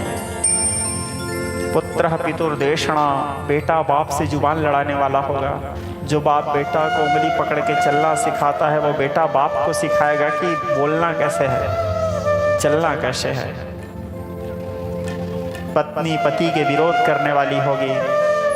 माँ बाप बच्चे को संस्कार नहीं देंगे, शिक्षा नहीं देंगे, उसको केवल व्यवसाय करना सिखाएंगे, धन कमाना सिखाएंगे, संस्कारहीन हो जाएंगे। ब्राह्मण का पहचान केवल जनेऊ मात्र रह जाएगा। जप तप योग साधना त्याग तपस्या से वह च्युत हो जाएगा। मन क्रम वचन लबाल ते बक्ता कलिकाल महा। कलयुग में जो मन वाणी वचन से सबसे बड़े झूठा इंसान रहेगा, उसी को कलयुग के सबसे अच्छा वक्ता, सबसे अच्छा प्रवचनकार माना जाएगा।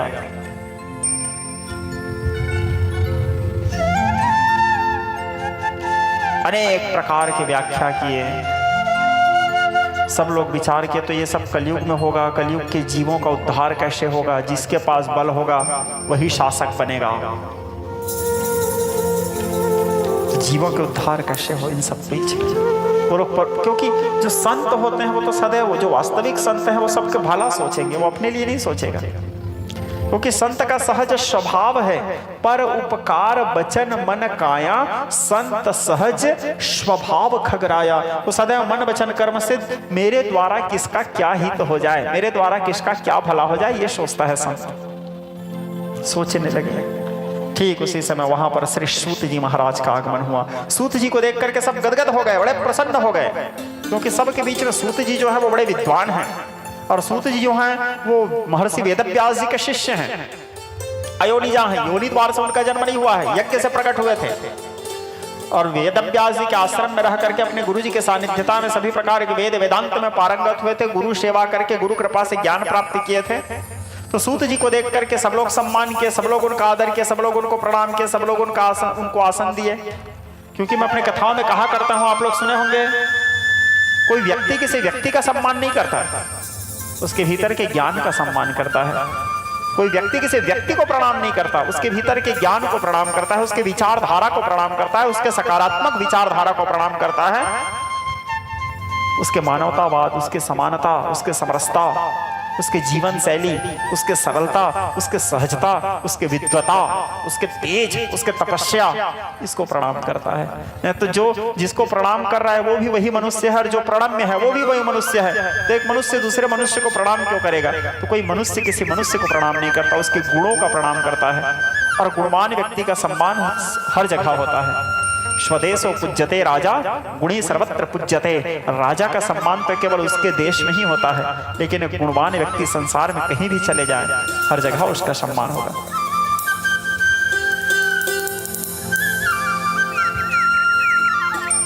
सूत जी को सब आदर दिया, आसन में बिठाए। आसन में बिठा करके सूत जी से सब लोग बड़े भाव से एक प्रश्न किए कि हे सूत जी महाराज, कृपा करके आप तो सभी पुराणों के वक्ता हैं, अपने गुरु जी की कृपा से सभी पुराणों का ज्ञान प्राप्त किए हैं। आप कृपा करके हमें ये बताएं, सभी पुराणों में अलग अलग पुराण पुरुषोत्तम का भाव आता है। आप देवी भागवत देखोगे तो पूरा सृष्टि किससे हुआ है? देवी से हुआ है। रामचरितमानस पढ़ोगे तो सब कुछ राम जी से हुआ है। श्रीमद् भागवत महापुराण का श्रवण करोगे तो सब चीज नारायण से हुआ है। जिस पुराण में देखोगे, पढ़ोगे, सुनोगे तो उस पुराण में वही देवता मुख्य रहते हैं। तो वास्तव में प्रमुख कौन है, मुख्य कौन है? पुराण पुरुषोत्तम कौन है, वेदांत वेद्य कौन है, कौन है जो इस सृष्टि को बनाया है। क्योंकि भगवान तो 10-20 तो नहीं होते, देवता भले कईयों हैं, 33 कोटि देवता है, लेकिन भगवान तो 33 कोटि भगवान नहीं है ना, भगवान तो एक ही है। बाप 10-20 तो थोड़ी होते हैं, बाप तो एक ही होते हैं। एको अहम द्वितीयो नास्ति। तो वो परम पिता परमेश्वर परम सत्ता कौन है, उसका नाम क्या है, उसके रूप कैसे हैं, कौन है वो, ये हम जानना चाहते हैं। तब फिर सूत जी महाराज कहे, ऋषियों आज जो प्रश्न तुम लोग मेरे से कर रहे हो, ऐसे ही प्रश्न एक दिन 6 कुलों के ऋषि जाकर के ब्रह्मा जी से कहे। 6 कुलों के ऋषियों में एक बार विवाद हो गया। ये विवाद लड़ाई झगड़ा वाला विवाद नहीं था, यह संवाद युक्त विवाद था। आपसी में संवाद कर रहे थे, ये उसको बड़े बोलते थे, ये उसको बड़े बोलते थे, उसको बड़े बोलते थे। बोले चलो ब्रह्मा जी से पूछते हैं। तो 6 कुल के ऋषि जाकर के ब्रह्मा जी से इस भाव को पूछे कि ब्रह्मदेव आप बताइए कि भगवान कौन है। तब ब्रह्मा जी 6 कुल के ऋषियों से कहे, ऋषियों भगवान वो हैं जो निष्कल भी हैं और जो शकल भी हैं। विद्वेश्वर संहिता की कथा शिव महापुराण की। भगवान कौन है, जो निष्कल भी हैं और जो शकल भी हैं। सकल किसे कहते हैं, सकल कहने का तात्पर्य जिसके हाथ हैं, जिसके पैर हैं, जिसके मुंह हैं, जिसके कान हैं, जिसके आंख हैं, जिसके नाक हैं, जो चल सकता है, जो बोल सकता है, जो उठ सकता है, यानी जो इसका संपूर्ण स्वरूप, जिसको सगुण स्वरूप कहा जाता है, जो शकल है वो भगवान। और जो निष्कल भी हैं, निष्कल कहने का तात्पर्य जिसके न हाथ है, न पैर है, न मुंह है, न कान है, जो शून्य स्वरूप है, जो ज्योतिर्मय स्वरूप है, जो ज्योत के समान है। तो जो निष्कल भी हैं और जो सकल भी हैं, उसी को भगवान कह सकते हैं, सबको भगवान नहीं कह सकते। बाकी हम जितने को भी देखते हैं देवताओं को, सब लोग केवल सकल हैं। 33 कोटि जो भी देवता हम देखते हैं, चाहे इंद्र हो, चाहे यम हो, चंद्र हो, आदि जो भी है, राहु केतु हो, शनि हो, ये सब कौन है, देवता हैं। कौन है, देवता। भगवान नहीं बोल सकते, देवता है। सब आदरणीय है, सब पूजनीय है, सभी सम्माननीय है, लेकिन भगवान नहीं है। क्योंकि ये सब सकल है, सबके स्वरूप हैं। यानी हाथ पैर मुंह आंख कान नाक। ज्योतिर्मय स्वरूप कहाँ है किसी का, शून्य कहाँ है, ज्योतिर्मय स्वरूप कहाँ है। तो ज्योतिर्मय स्वरूप किसका है, भगवान महादेव का। भगवान महादेव के आप लोग श्री विग्रह देखे होंगे, जैसे हमारे पोस्टर लगा यहाँ पे देखो, ये नहीं है जी, बाहर में पोस्टर लगा है, आप लोग देखे होंगे, बाहर में पोस्टर लगा है भोले बाबा का। तो पोस्टर में आप लोग देखे होंगे, फ्लैक्स में भोले बाबा के सुंदर स्वरूप हैं, जटा हैं, चंद्रमा हैं, गले में नाग हैं, मुंडमाला है, रुद्राक्ष माला धारण किए हैं, पैरों में सुंदर जूड़ा पहने हैं, पादुका पहने हैं, हाथ में डमरू है, हाथ में त्रिशूल है, ललाट में त्रिपुंड धारण किए हैं, नेत्र सुंदर लाल लाल आंख है भोले बाबा के। तो सगुण स्वरूप यानी सकल। और निष्कल अर्थात, निष्कल कहने का तात्पर्य जिसके हाथ नहीं, आंख नहीं, नाक नहीं, मुंह नहीं, कान नहीं, जो शून्य स्वरूप है। शून्य स्वरूप कौन है, लिंग। शिवलिंग को आप लोग देखना, शिवलिंग का ना हाथ है, ना पैर है, ना मुंह है, ना कान है। शून्य कैसा दिखता है, शिवलिंग जैसे ही दिखता है। ज्योत कैसा दिखता है, ज्योतिर्मय स्वरूप, लिंग के समान ही, उसके ना आंख है, ना पैर है, ना मुंह है, ना कान है। तो जो शून्य शून्य महाशून्य है, जो निष्कल है और जो सकल भी हैं, वही भगवान है। तो इसलिए भगवान केवल सदा शिव को ही कह सकते हैं, बाकी को भगवान नहीं कह सकते, बाकी सब देवता हैं। भगवान सदा शिव से ही संसार बना है। संसारो शिव मैम जगत। शिव कहने का तात्पर्य शिव जो शब्द में है, सब जहां सिमट जाए, शिव जिससे सब हो, शिव। संसारो शिव मैम जगत, सारा संसार शिवमय है, क्योंकि पृथ्वी भी शून्य स्वरूप ही है, संसार ब्रह्मांड भी शून्य स्वरूप है, पूरा ब्रह्मांड ही शिव स्वरूप है। कण कण में शिव व्याप्त हैं। संसार में जो कुछ हो रहा है सब शिव की ही कल्पना से ही, शिव की इच्छा से ही हो रहा है, या शिव ही कर रहे हैं, शिव ही करवा रहे हैं। कारण भी शिव, कर्म भी शिव, शिव ही शिव। इसीलिए शिव शिव रटाए तो संकट कटाए। एक और हैं, कौन? भगवान नारायण। नारायण भी भगवान है। शिव तो शिव ही भगवान है, लेकिन नारायण भी भगवान है। क्यों नारायण भी भगवान है? क्योंकि नारायण जी भी निष्कल भी हैं और सकल भी हैं। नारायण जी को आप लोग देखते होंगे, उनके 2 हाथ हैं जिसमें शंकर चक्र धारण किए हैं भगवान, उनके 2 चरणारविंद हैं, सुंदर नेत्र हैं, ललाट में तिलक धारण किए हुए हैं, गले में सुंदर कमल के माला सुशोभित हैं, तुलसी के माला सुशोभित हैं, वैजंती माला धारण किए हुए हैं। यानी संपूर्ण सगुण स्वरूप है भगवान जगन्नाथ के, भगवान नारायण के सगुण स्वरूप। एक रंग है, काले दिखते हैं, ठीक है। एक वस्त्र है, पहनते हैं भगवान, पट पीतांबर वस्त्र धारण करते हैं, तो सगुण स्वरूप। और निष्कल कहने का तात्पर्य, नारायण जी के निष्कल स्वरूप क्या है? शालिग्राम भगवान। शालिग्राम भगवान आप लोग देखे होंगे, गंडकी नदी में पाया जाता है। शालिग्राम भगवान भी शून्य जैसे ही तो दिखता है, ज्योतिर्मय स्वरूप, निष्कल, जो सकल भी हैं और निष्कल भी हैं। तो या भगवान नारायण को आप भगवान बोल सकते हो, या तो शिव जी को आप भगवान बोल सकते हो, बाकी सबको आप भगवान नहीं बोल सकते। भगवान केवल नारायण है, भगवान केवल शिव है। लेकिन यहां पे भी ध्यान दो, अब ये 2 कैसे बाप होंगे, 2 कैसे भगवान होंगे? भगवान तो एक होते हैं। तो शिव में और नारायण में कोई अंतर नहीं है। और समस्त श्रोताओं से भी मेरा अनुरोध है, कभी शिव जी में और नारायण जी में हमको अंतर मानना भी नहीं चाहिए। जो व्यक्ति शिव जी और नारायण जी में भेद मानता है, जो व्यक्ति शिव जी और नारायण जी में अंतर देखता है, ना तो वो कभी शिव को प्राप्त कर सकता है, ना तो वो कभी नारायण को प्राप्त कर सकता है। आप लोग शिव चालीसा पढ़ते होंगे, एक भाव आता है उसमें, हरिहर एक रूप गुणशीला, करत स्वामी सेवक की लीला, रहे दोनों पूजत पुजवावत, पूजा पद्धति सब ही शिखावत। शिव शिवस्य हृदय विष्णु, विष्णुश्च हृदय शिव। शिव के हृदय ही विष्णु है, या विष्णु के हृदय ही शिव है। कभी भी हमको भगवान सदा शिव में और नारायण में अंतर नहीं मानना चाहिए। और जो व्यक्ति शिव जी में और नारायण जी में अंतर मानता है, वो महान पातकी है। ना तो वो कभी शिव जी को प्राप्त कर सकता है, ना तो कभी नारायण को प्राप्त कर सकता है। बिनु छल विश्वनाथ पद नेहु, राम भक्त के लक्षण एहू। छल त्याग करके भगवान विश्वनाथ के चरणों में प्रेम करना, यही एक सच्चा राम भक्त, सच्चा नारायण भक्त के लक्षण हैं। और बिना छल के भगवान नारायण के चरणों में प्रेम करना, यही एक सच्चा शिव भक्त के लक्षण है।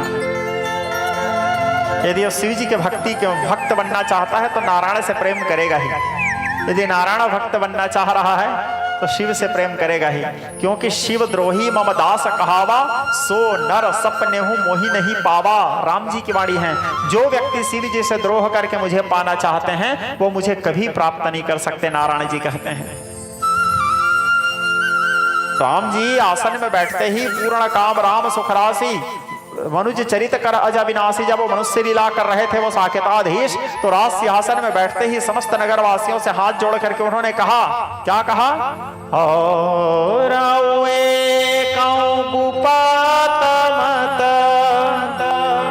सबहि कहो कर जोरी, शंकर वे मुख भजय नर, भगति न पावहि मोरी, भगति न पावहि मोरी। जो भगवान शंकर से विमुख होकर मुझे पाना चाहता है, वो कभी मुझे नहीं पा सकता। यदि मुझे पाना चाहता है तो भगवान शंकर का भजन करें, भगवान शंकर की कीर्तन करें। भगवान नारायण की घोषणा है, मैं उसको स्वतः मिल जाऊंगा। और भगवान शंकर भी कहते हैं, मुझे पाना है तो नारायण के चरणों से प्रेम करो, मैं खिंचा हुआ चले आऊंगा। छल विश्वनाथ पदने हूं, राम भगत के लक्षण हूं। तो भगवान आप केवल नारायण जी को भगवान कह सकते हैं, या भगवान सदाशिव को भगवान कह सकते हैं, क्योंकि निष्कल और सकल केवल वही है, और दोनों एक ही हैं। दोनों में कभी अंतर भी नहीं देखना चाहिए। इस प्रकार ब्रह्मा जी 6 कुल के ऋषियों को समझाए। तो 6 कुल के ऋषि ब्रह्मा जी से फिर प्रश्न किए कि ब्रह्मा जी, अब आप हमको कृपा करके ये बताओ, महादेव प्राप्ति कर सदंख साधनम, शिव जी को प्राप्त करने का साधन क्या है? उसको कैसे प्राप्ति किया जा सकता है? क्या शिव जी को हम प्राप्त कर सकते हैं? क्या हम शिव जी से मिल सकते हैं? शिव कृपा हमको प्राप्त हो सकता है? शिव को प्रसन्न कैसे किया जाता है? ये ब्रह्मा जी से पूछे कौन? 6 कुल के ऋषि। तब फिर ब्रह्मा जी कहे कि ऋषियों, आज जो प्रश्न तुम लोग मेरे से कर रहे हो, ऐसे ही प्रश्न एक दिन सनत कुमार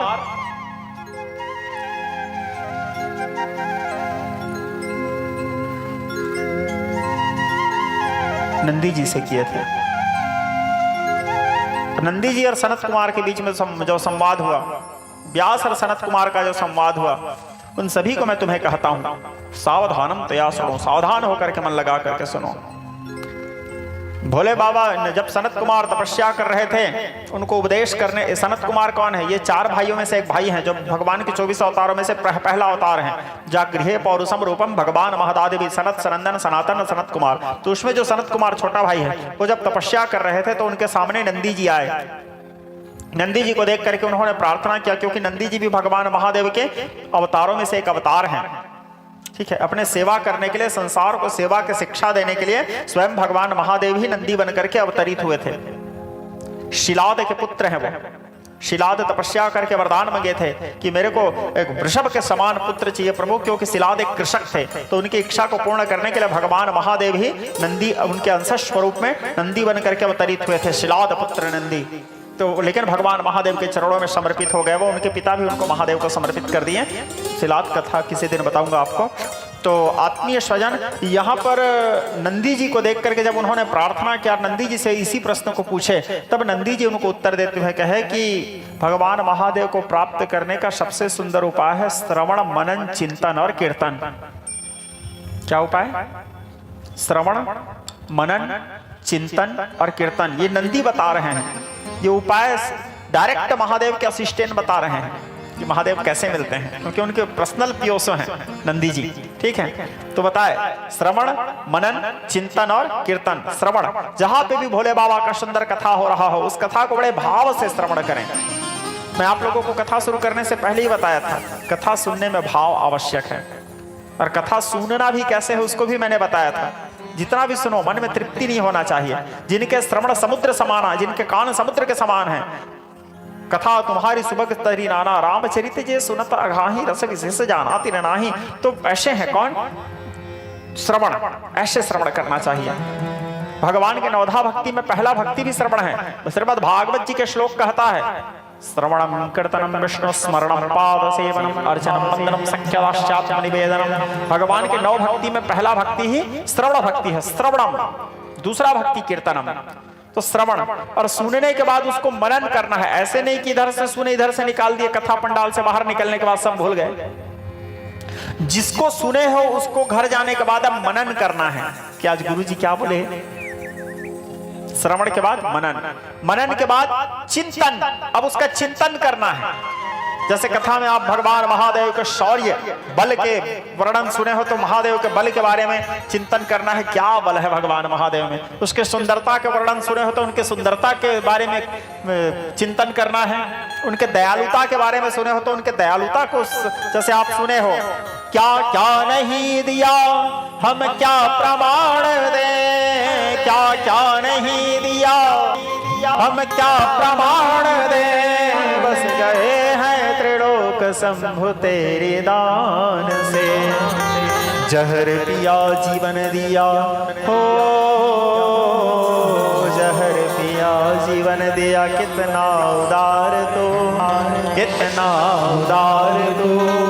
आयो शरण तिहारी भोले तार तार दो, कैलाश के निवासी नम बार बार हो, नम बार बार हो।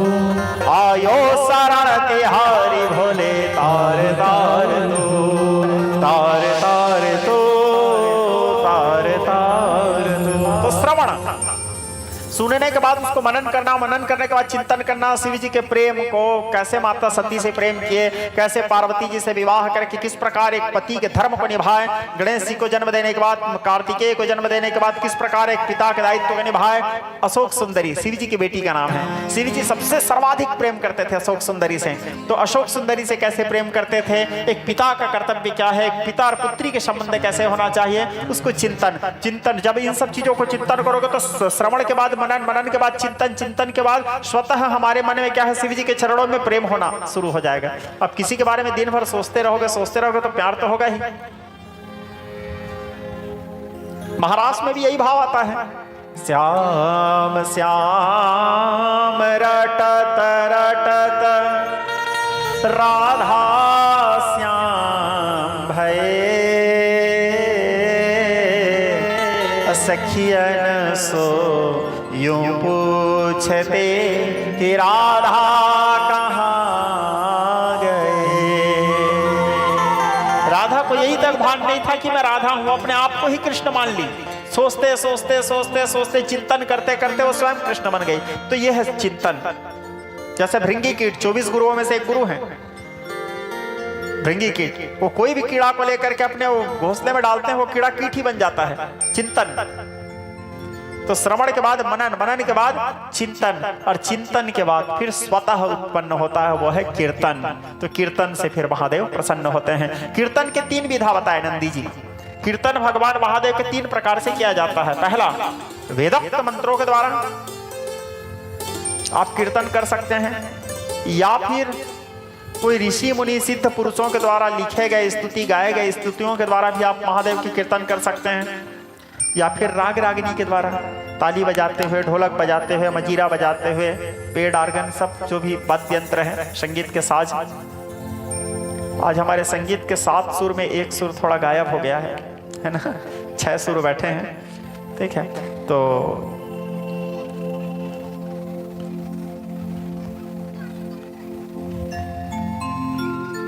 पहला वेदोक्त मंत्र के द्वारा, या फिर ऋषि मुनियों के द्वारा गाए गए स्तुति। यदि ये नहीं कर पा रहे हो तो कैसे, जैसे कि कोई भी स्तुति आप ले सकते हो। जैसे मानस में गोस्वामी तुलसीदास जी लिखे हैं, नमामि समीसान निर्वाण रूपम, या शिव मानस पूजा है, इसको ले सकते हो। या फिर महिम्न स्तोत्रम है जो पुष्पदंत नाम करके गंधर्व गाए हैं, या वेदसार शिवस्तवः जो आदि गुरु भगवान शंकराचार्य जी लिखे हैं। पंचाक्षर हैं, षडाक्षर मंत्र हैं, स्तुति हैं, या 12 ज्योतिर्लिंग स्तोत्र हैं। इन मंत्रों के द्वारा भी आप भगवान महादेव के स्तवन कर सकते हो। इस प्रकार आप ऋषि मुनियों के द्वारा लिखे गए गाए गए स्तुतियों के आप भगवान महादेव के स्तवन कर सकते हो, या फिर राग रागिनी के द्वारा बाजा बजाते हुए, नाचते हुए, गाते हुए, कीर्तन करते हुए, ताली बजाते हुए भी कर सकते हो। राग रागिनी के द्वारा भी आप भगवान महादेव के संकीर्तन कर सकते हो, चाहे आप कोई भी भाषा में हो, चाहे आप गुजराती में करो, चाहे आप मराठी में करो, चाहे आप हमारे छत्तीसगढ़ी बोली में करो, किसी भी रूप से करो, तो हिंदी में करो। पहला वेदोक्त मंत्र के द्वारा, दूसरा ऋषि मुनि सिद्ध पुरुषों के द्वारा लिखे गए गाए गए स्तुतियों के द्वारा, या तीसरा राग रागिनी के द्वारा। इस प्रकार श्रवण, चिंतन, मनन और कीर्तन के द्वारा भगवान महादेव के कृपा प्राप्त किया जा सकता है, महादेव को प्रसन्न किया जा सकता है। फिर नंदी जी से एक और सवाल किया, अब इस सवाल को ध्यान से समझना। यदि कोई व्यक्ति श्रवण, मनन, चिंतन और कीर्तन नहीं कर पा रहा है तो क्या महादेव की प्रसन्नता और कृपा प्राप्त नहीं कर सकता? नंदी जी बोले कर सकता है। तो बोले कैसे करेगा? जैसे कोई श्रवण नहीं कर पा रहा है, जैसे अब कोई आदमी बहरा है तो कहां से कथा सुनेगा, और यदि वो श्रवण ही नहीं करेगा तो मनन कैसे करेगा? हैं? मनन ही नहीं करेगा तो चिंतन कैसे करेगा? चलो श्रवण कर लिया, कान है भी, श्रवण कर लिया। कई लोगों का दिमाग थोड़ा सा, छोड़ो, ठीक है, समझ गया हो गया तो है। अब वो बेचारे के दिमाग थोड़ा सा क्रेक है तो वो कैसे चिंतन करेगा? यदि वो मंद बुद्धि है, थोड़ा सा खिसका हुआ है, सर्किट है, कैसे चिंतन करेगा? उसके लिए तो कुशाग्र बुद्धि चाहिए चिंतन के लिए। तो यदि कान है, श्रवण कर लिया, लेकिन दिमाग नहीं है तो चिंतन कैसे करेगा, मनन कैसे करेगा? और यदि वो श्रवण मनन चिंतन नहीं कर पा रहा है तो फिर कीर्तन कैसे करेगा? और चलो श्रवण मनन चिंतन कर भी लिया, यदि उसका मुंह नहीं है तो कीर्तन कैसे करेगा? तो क्या उसको महादेव नहीं मिल सकते? उसको भी मिल सकते हैं। बोले वो कैसे? बोले जो श्रवण मनन चिंतन कीर्तन नहीं कर सकता वो एक काम करे, शिवलिंग का आराधना करे, शिवलिंग का पूजन करे, मस्त रोज भोले बाबा के शिवलिंग में जल चढ़ाए, और जल चढ़ाने के बाद शिव जी में को यदि हो सके तो पयः दुग्ध चढ़ाए, दधी घृत मधु आदि समर्पित करें, पंच जो स्नान करवाते हैं करें। उसको करने के उपरांत बिल्व पत्र समर्पित करें। बिल्व पत्र समर्पित करने के उपरांत धतूरा के पुष्प महादेव को बड़े प्रिय हैं। महादेव के प्रिय पुष्पों में सबसे प्रिय पुष्प है श्वेत कमल। नहीं मिल रहा है तो कमल, गुलाबी कमल भी है। धतूरा के पुष्प है, कणेर के पुष्प हैं, मंदार के पुष्प हैं, और जल में खिलने वाले सारे पुष्प। अपराजिता है, चंपा है, स्वर्ण चंपा है, ये सब भगवान भोले बाबा। पत्रों में बिल्व पत्र हैं, शमी पत्र हैं, धतूरा के पत्र हैं, पुड़र के पत्र हैं, धतूरा के फल हैं, कनेर के फल हैं।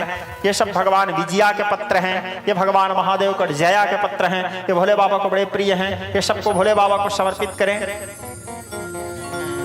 और यदि इतना सब भी नहीं कर पा रहे हैं तो एक बड़ा सुंदर भाव लिखते हैं संत जन। क्या? चाउर चारी जो फूल धतूर के बेल के पातियों आरी चढ़ाए,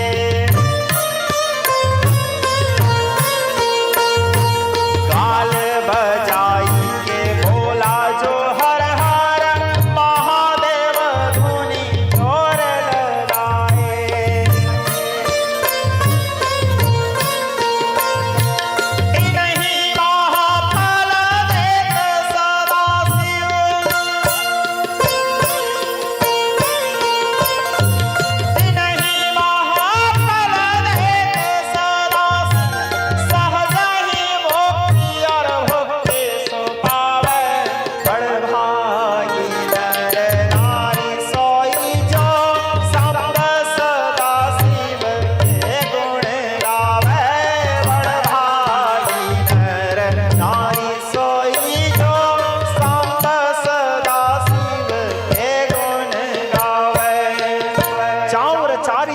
धतूर के बेल के पातियों आनी चढ़ाए।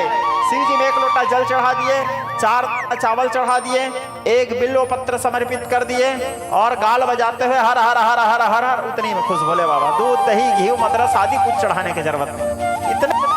इतना अवघड़ है, इतना भोले हैं। बड़ा भाग्य है वो मनुष्य जो भगवान सदाशिव का नित्य भजन कीर्तन चिंतन करते हैं। तो यदि कोई भोले बाबा का श्रवण मनन चिंतन कीर्तन न कर सके तो शिवलिंग का नित्य पूजा करें। शिवलिंग के नित्य पूजा करने मात्र से भी भोले बाबा प्रसन्न हो जाते हैं। फिर नंदी से एक और सवाल किया, यदि कोई व्यक्ति श्रवण मनन चिंतन कीर्तन नहीं कर सकता तो शिवलिंग का पूजन करे। बोले हाँ। और यदि कोई शिवलिंग का भी पूजन नहीं कर सके तो? नंदी बोले तो फिर मैं ढूसम दूंगा। बोले ठीक है, अब इतना, इससे ज्यादा और क्या शॉर्टकट होगा जी। बोले श्रवण मनन चिंतन कीर्तन नहीं कर पा रहे हैं तो शिवलिंग का पूजन। बोले शिवलिंग के भी पूजन। तो नंदी बोले एक उपाय और है, एक उपाय और है, उसके करने से भी भोले बाबा प्रसन्न हो जाते हैं। इतने अवघड़ हैं, इतने भोले हैं, इतने सहज हैं। बोले और एक क्या उपाय है? तो नंदी जी बोले महादेव महादेव महादेवेतियो वदेत। क्या कहे? महादेव महादेव महादेवेतियो वदेत। एकेन संभो कृतस्यात् द्वाभ्यां संभूर्णे भवेत्। यदि कोई नित्य शिवलिंग का पूजा भी नहीं कर सकते तो शिव जी के मंदिर में जाकर के खड़े हो जाए बाहर में, और शिव मंदिर के बाहर खड़े होकर के 3 बार जोर से चिल्लाए गाल को ठोकते हुए, हर हर हर हर हर हर हर हर हर हर हर महादेव महादेव